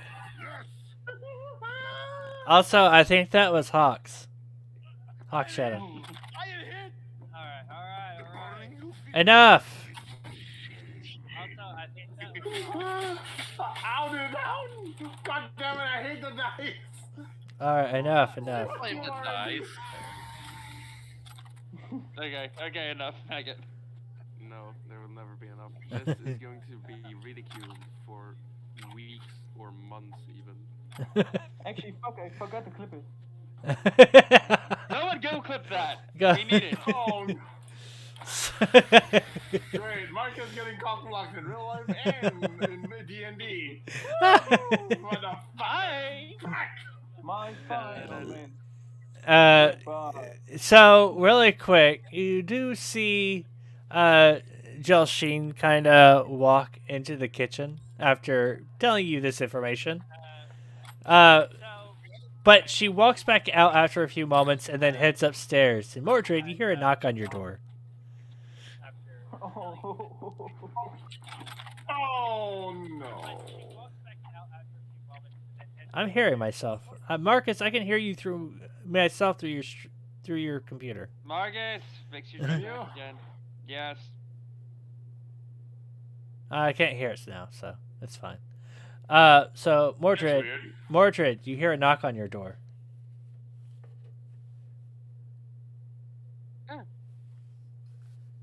Ducky, Yes. knock on the door. Mordred, there's a knock on your door. I step away from the lovely Poisoneer's kit and go to see who's at the door. Do you crack it or do you just open it? I crack it just enough to stick my head out, considering what I'm doing. And as you do, you see Jelsheen with a big smile on her face. She says, "Well, hey there. You mind we spend some time together tonight?" Oh, decisions. Poison or Tabaxias? That is a tough decision. I'm gonna go. Honestly, I'd have to go with the Tabaxi myself. Yeah, I'm gonna I got freaking shut down hard. And my The way you've goes got to see it is: do you want a long rest, or do you want a poison? If you do spend Because you won't get both. Yeah, no. I told Jasheen, give me 2 minutes to get the room cleaned up, and I'll let you right on in. Of course, hon. I'll be right here. And as she's waiting, downstairs, Marcus with his ears picks up everything. Okay, that's it. I'm calling her a thought. I don't care. Alright. You're able to hear this conversation with your fox ears. I'm just and then my ears just droop all the way down. But Marcus, you see, hold on. Marcus, hold on. Yes. So, as you kind of droop, you see someone else step out from the kitchen area. A tall crow woman. And she actually winks in your direction, Marcus, before going off to help other patrons. I tilt my head a little. As I then go over to see what what she wanted. Well, no, she's not wanting anything. She just gives you a wink before working. She's busy. She can't really talk. Oh. I then just turn to the bartender and just said, "Bartender, you have anything extra strong?" Oh, I suppose we got the devil shots if you want to try some. Right, I'll take one. You'll need more than one from what I heard. So he pulls up a... Here's a little fun thing you could do. Make him roll a constitution check each time he takes one of these shots. Alright, so... Hang on, guys, before we continue. What? Huh? I'm waiting. Why do I get the feeling he's actually going to go get alcohol? He probably is. He's getting alcohol. Yeah, he's getting alcohol. We've embarrassed. Oh no. Oh. Either that or he was gonna go and hit the take a shot on your stream, but there's still 12-minute cooldown on that. Aha! I was gonna do that originally if the timer wouldn't have been there anyway, so. Okay, I mean, technically, Smoothie can still make. Let me guess, Marcus. Did you get alcohol? Oh. No? Oh. What'd you do? Let me guess, Marcus. Ah, I can hear myself. No, I see. Copyright. Isn't that copyright, Marcus? Yes, copyright. Less than 30 seconds should be fine. Alright, it's fine. Under fair use should be fine. That's fine. Actually, Twitch has got a new music update, which thing in there. I can't remember what it was. I had an email about it. Yeah, it just lightens the sentence. It doesn't necessarily keep you from. It doesn't allow it. It just lightens the sentence instead of immediate. Whatever. Anyway, Marcus, he pours you a shot. I want you to roll a Constitution saving throw. Okay. Saving throw, not check.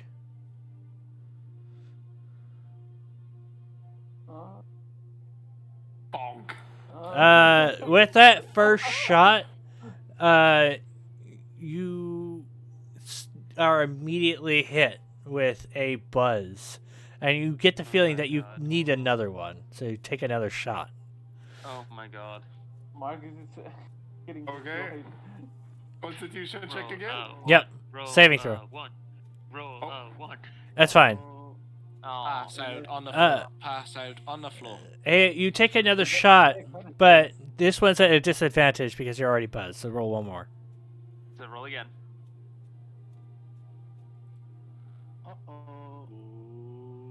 Nope. You take another shot and you feel yourself slowly wobbling.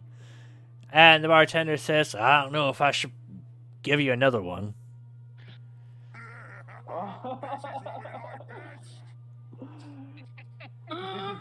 Do you demand it? Shot, 2 shots, 3 shots, 4. Do you do another shot? Yes. Alright, he pours you another shot. roll Constitution With disadvantage. with disadvantage. Oh god.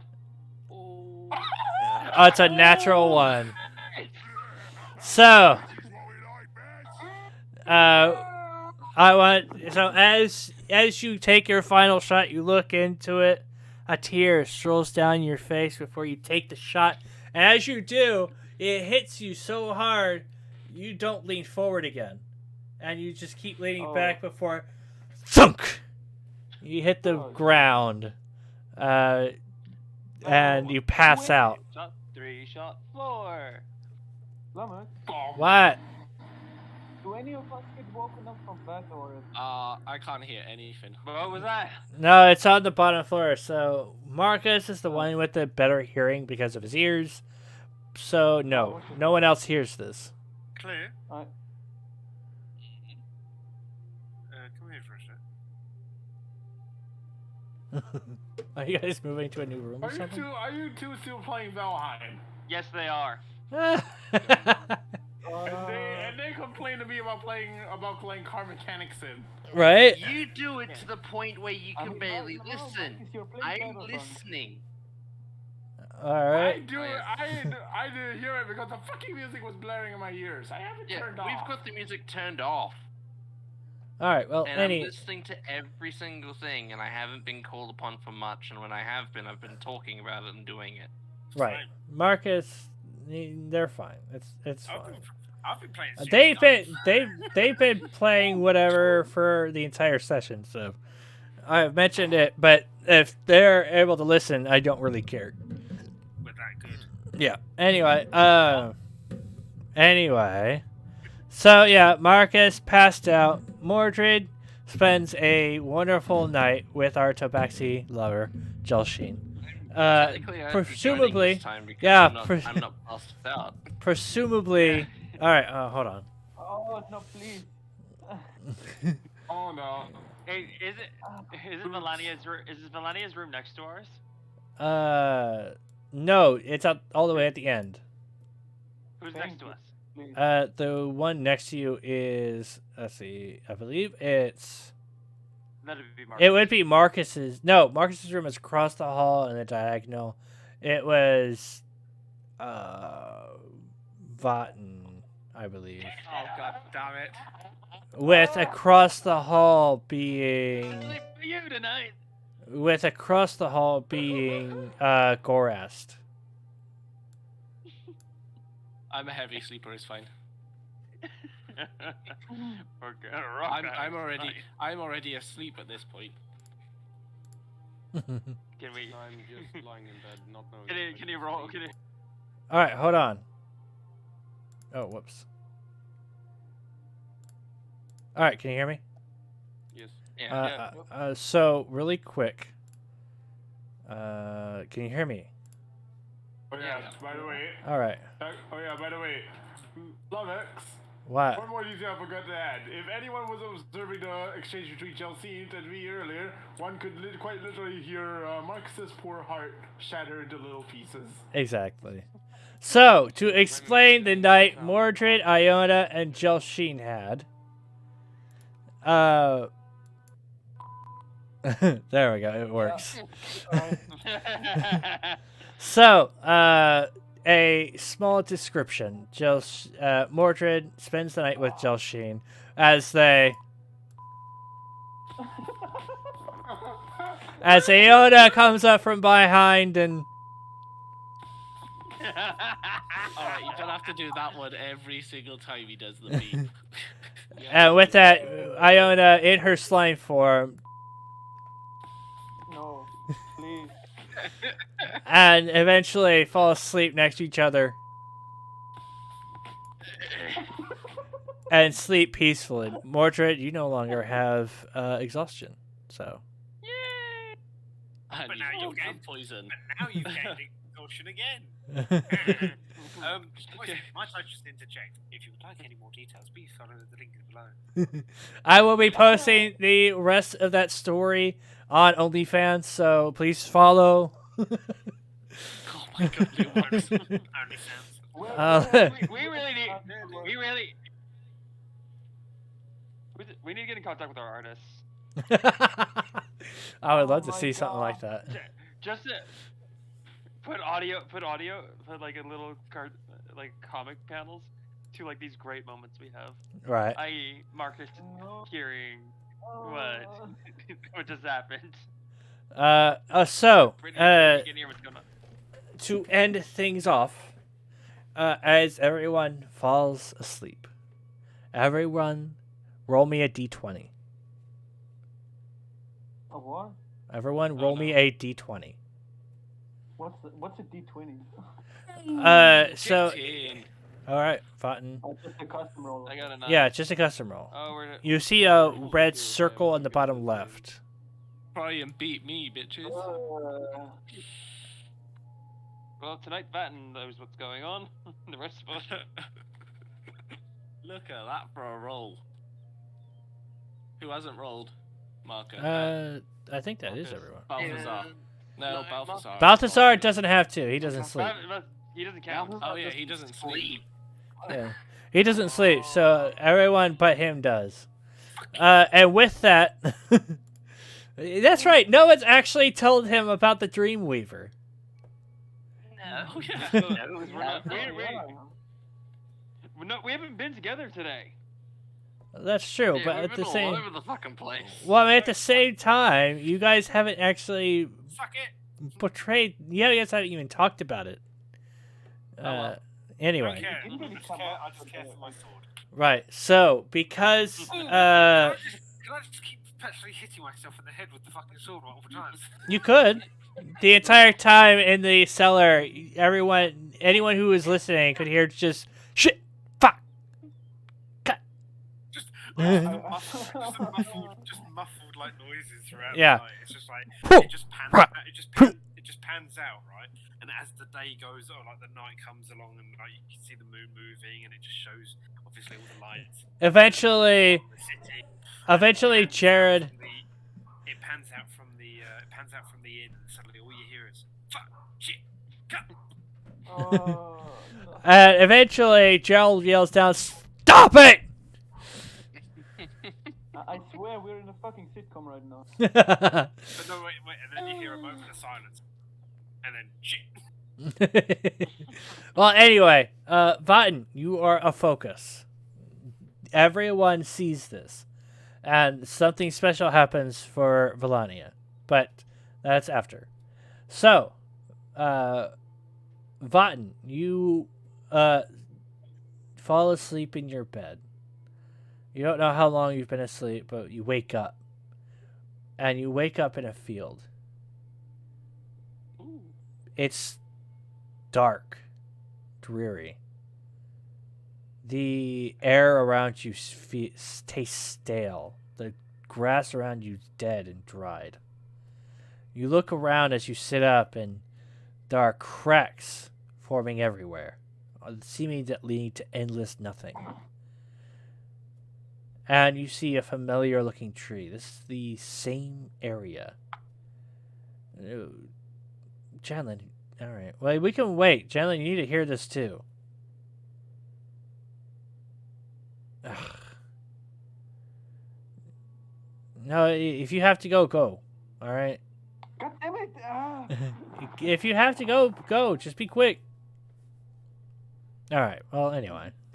Well, like I say, I don't need to listen to the Dreamweaver.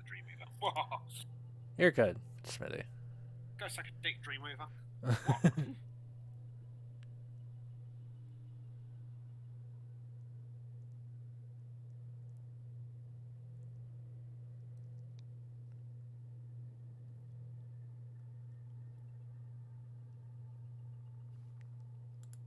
Hell, Maka. I just seen what you posted. Who posted? Marcus is so crazy in lack of. I just seen what Maggot posted in the memes channel. All right. So. I no. always post shit in the meme channel. So. Yeah, but the newest one. Yes.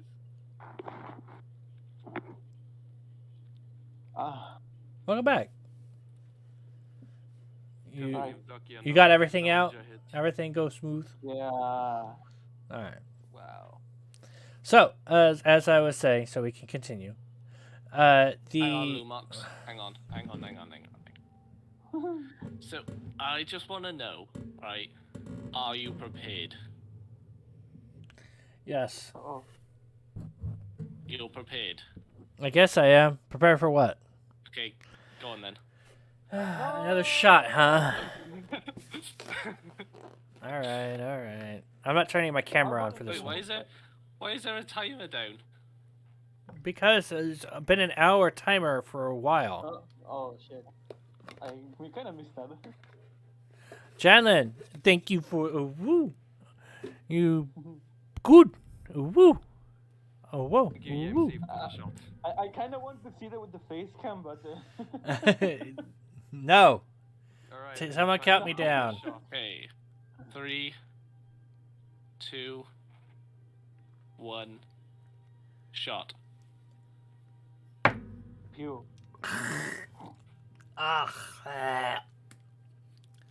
It's gross.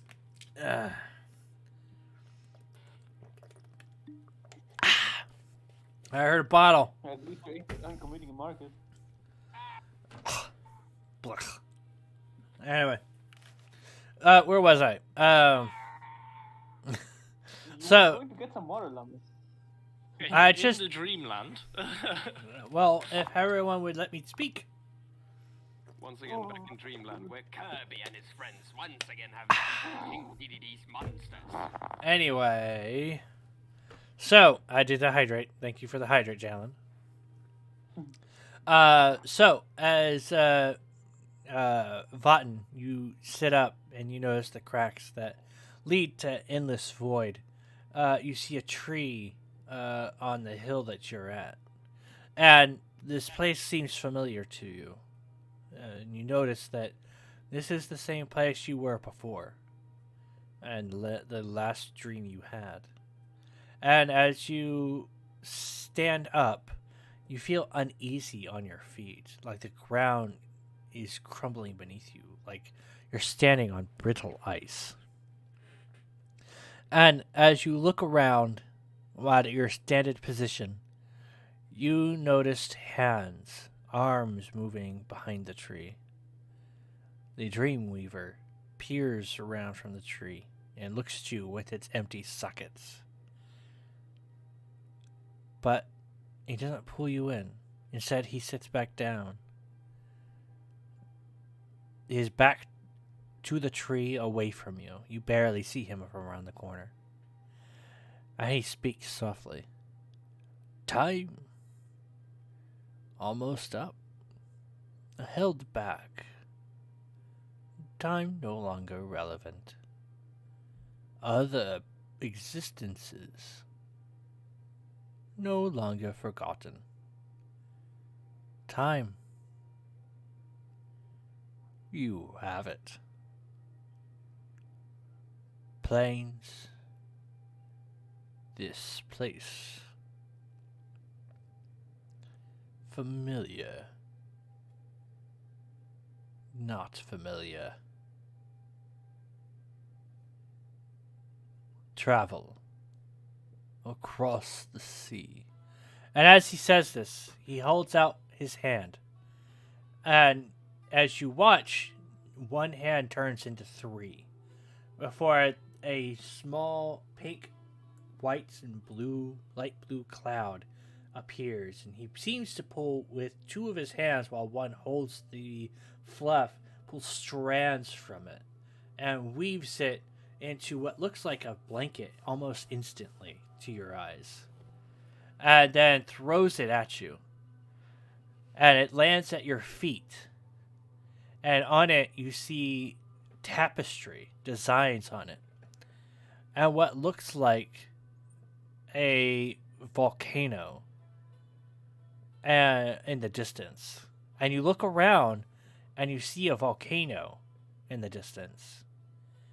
You see a plains in the map with a singular tree on a hill. And you notice that you are there.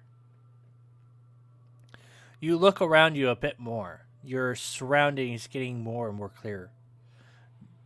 The area is still stale, almost chokingly stale, as you look to the beaches in the distance, a purple smog covering it.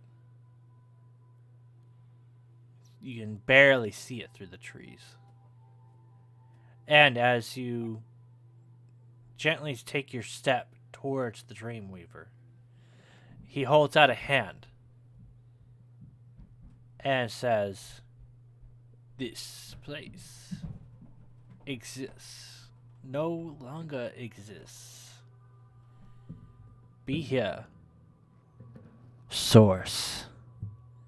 Source." He turns to look at you with his empty socket eyes, barely peering, barely looking over the tree trunk.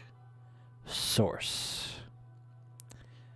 And with that, he snaps his finger, and everyone wakes up at the same time. And the thing is that everyone saw this, but Valania, you've known this. You've had many dreams about this.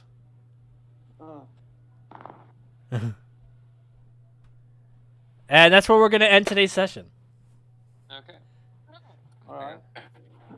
As usual. Loud Sag Marcus noises. Poor Marcus. Hey, might I just interject? What? Everybody sees this. Then Apart from you. Bonk.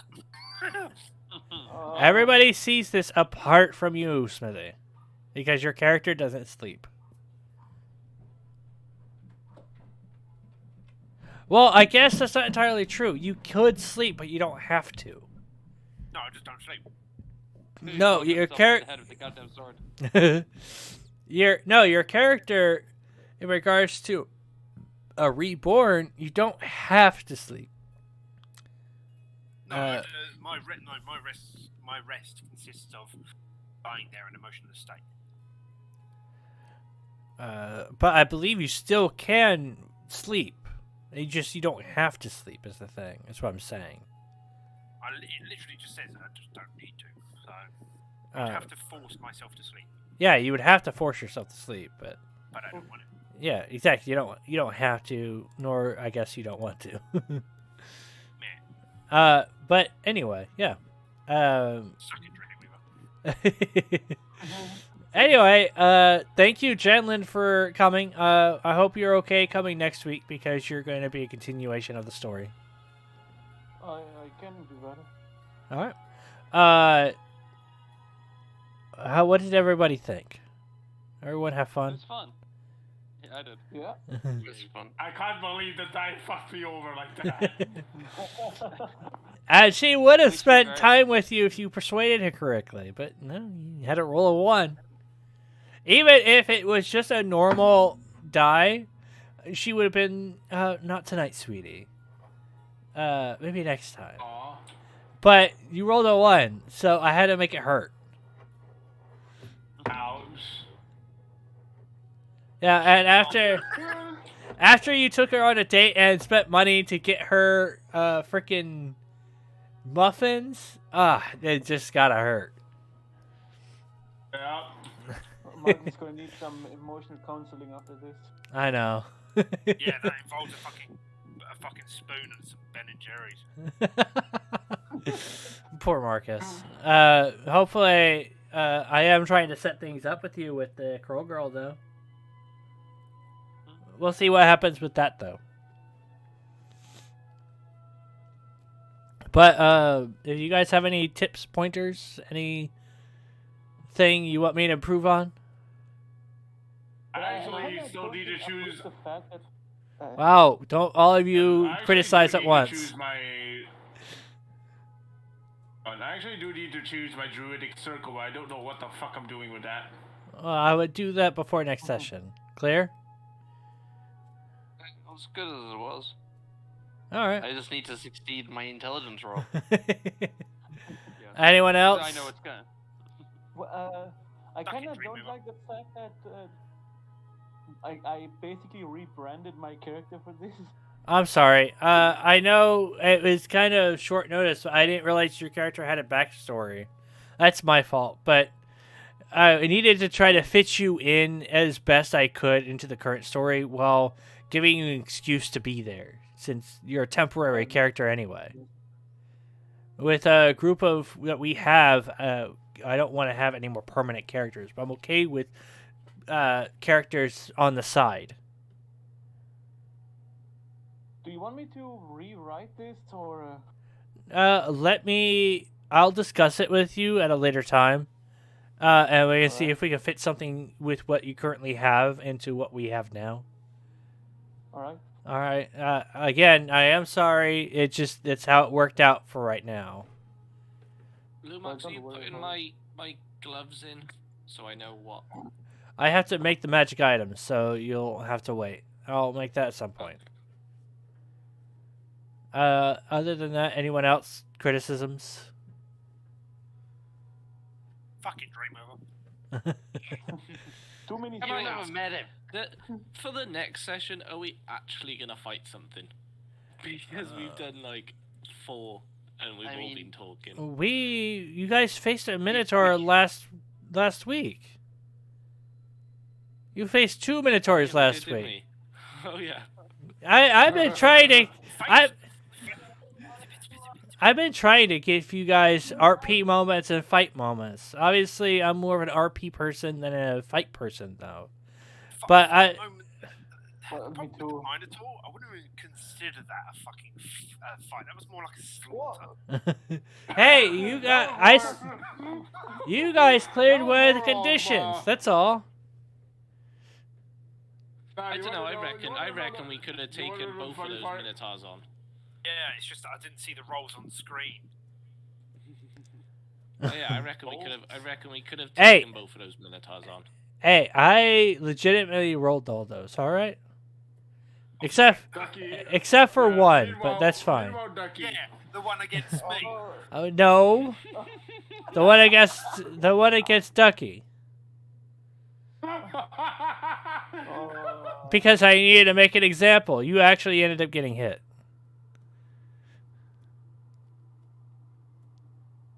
Ducky got fucking yeeted. Me and Ducky got yeeted. Yeah. Like, are you fucking kidding me? Hey, look, let's take away the largest crit. What is it? The crit dealer and the fucking tank. Yeah, sure, let's do that. Be gone with you, and it just backhands us both into a brick wall. Yeah, sure. Alright, so I do have something planned for what's coming up, which should happen next week. The Mine Adventure. I hope you guys are excited. Once we're again, doing our first proper dungeon. yes, you guys are doing your first proper dungeon. And trust me, it's not one you guys are going to forget. Hopefully, I would have figured out what I need to this thing that I need to make. Hopefully after a night of you guys will be able to figure something out. Honestly, if Mordred, I like how the moment. Hold on. I like how the moment Mordred heard he was getting some action. He was just like, you know what? No, you know what? You know what? Fuck the poison. Let's go with the action. Bring the action. Well, if you take into consideration the poison for a wandering spider, when it pierces the male, it causes an erection. So, either way, you never know. It could be a powerful stimulant. yeah. Just don't try it at home, kids. No, do not poison yourself at home. Seek medical attention. And yes, bleach does not count. Oh, Jesus. Anyway, other than that, So bleach doesn't count, so don't shush. so we have Marcus all the way on our left. Does someone want to shout out Marcus for me? Yeah, the shout out command. S-O. Or S-O with a name. The person that gets cock blocked in the recorder. Yes, my sword Well, it wouldn't be defenses you if it Chastity wasn't that. once again. So hang on, it's S-O what? Sorry, Exclamation command. exclamation point S-O with a name. Unfortunately, for some reason, Marcus's name never shows up. So I have to usually just type it out. There we go. I did it for you. Yeah, but that's how you type it out. Then we have Clear, who is Iona, who's the Oddish with a haircut, with no haircut. Then we have Mordred. We have Ducky. We have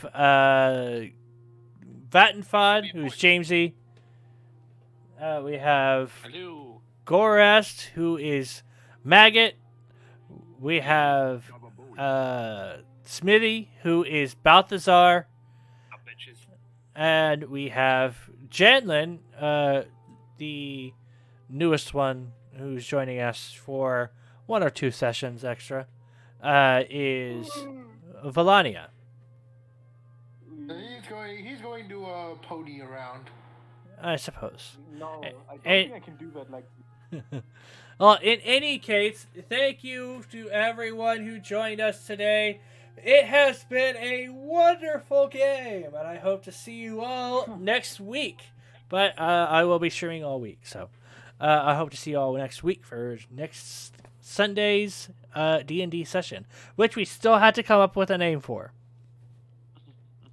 For these sessions, we have to come up with a campaign name. Exactly. So, with that, I will bid you all adieu. Have a fantastic evening and a wonderful morning. Bye! Everyone say bye.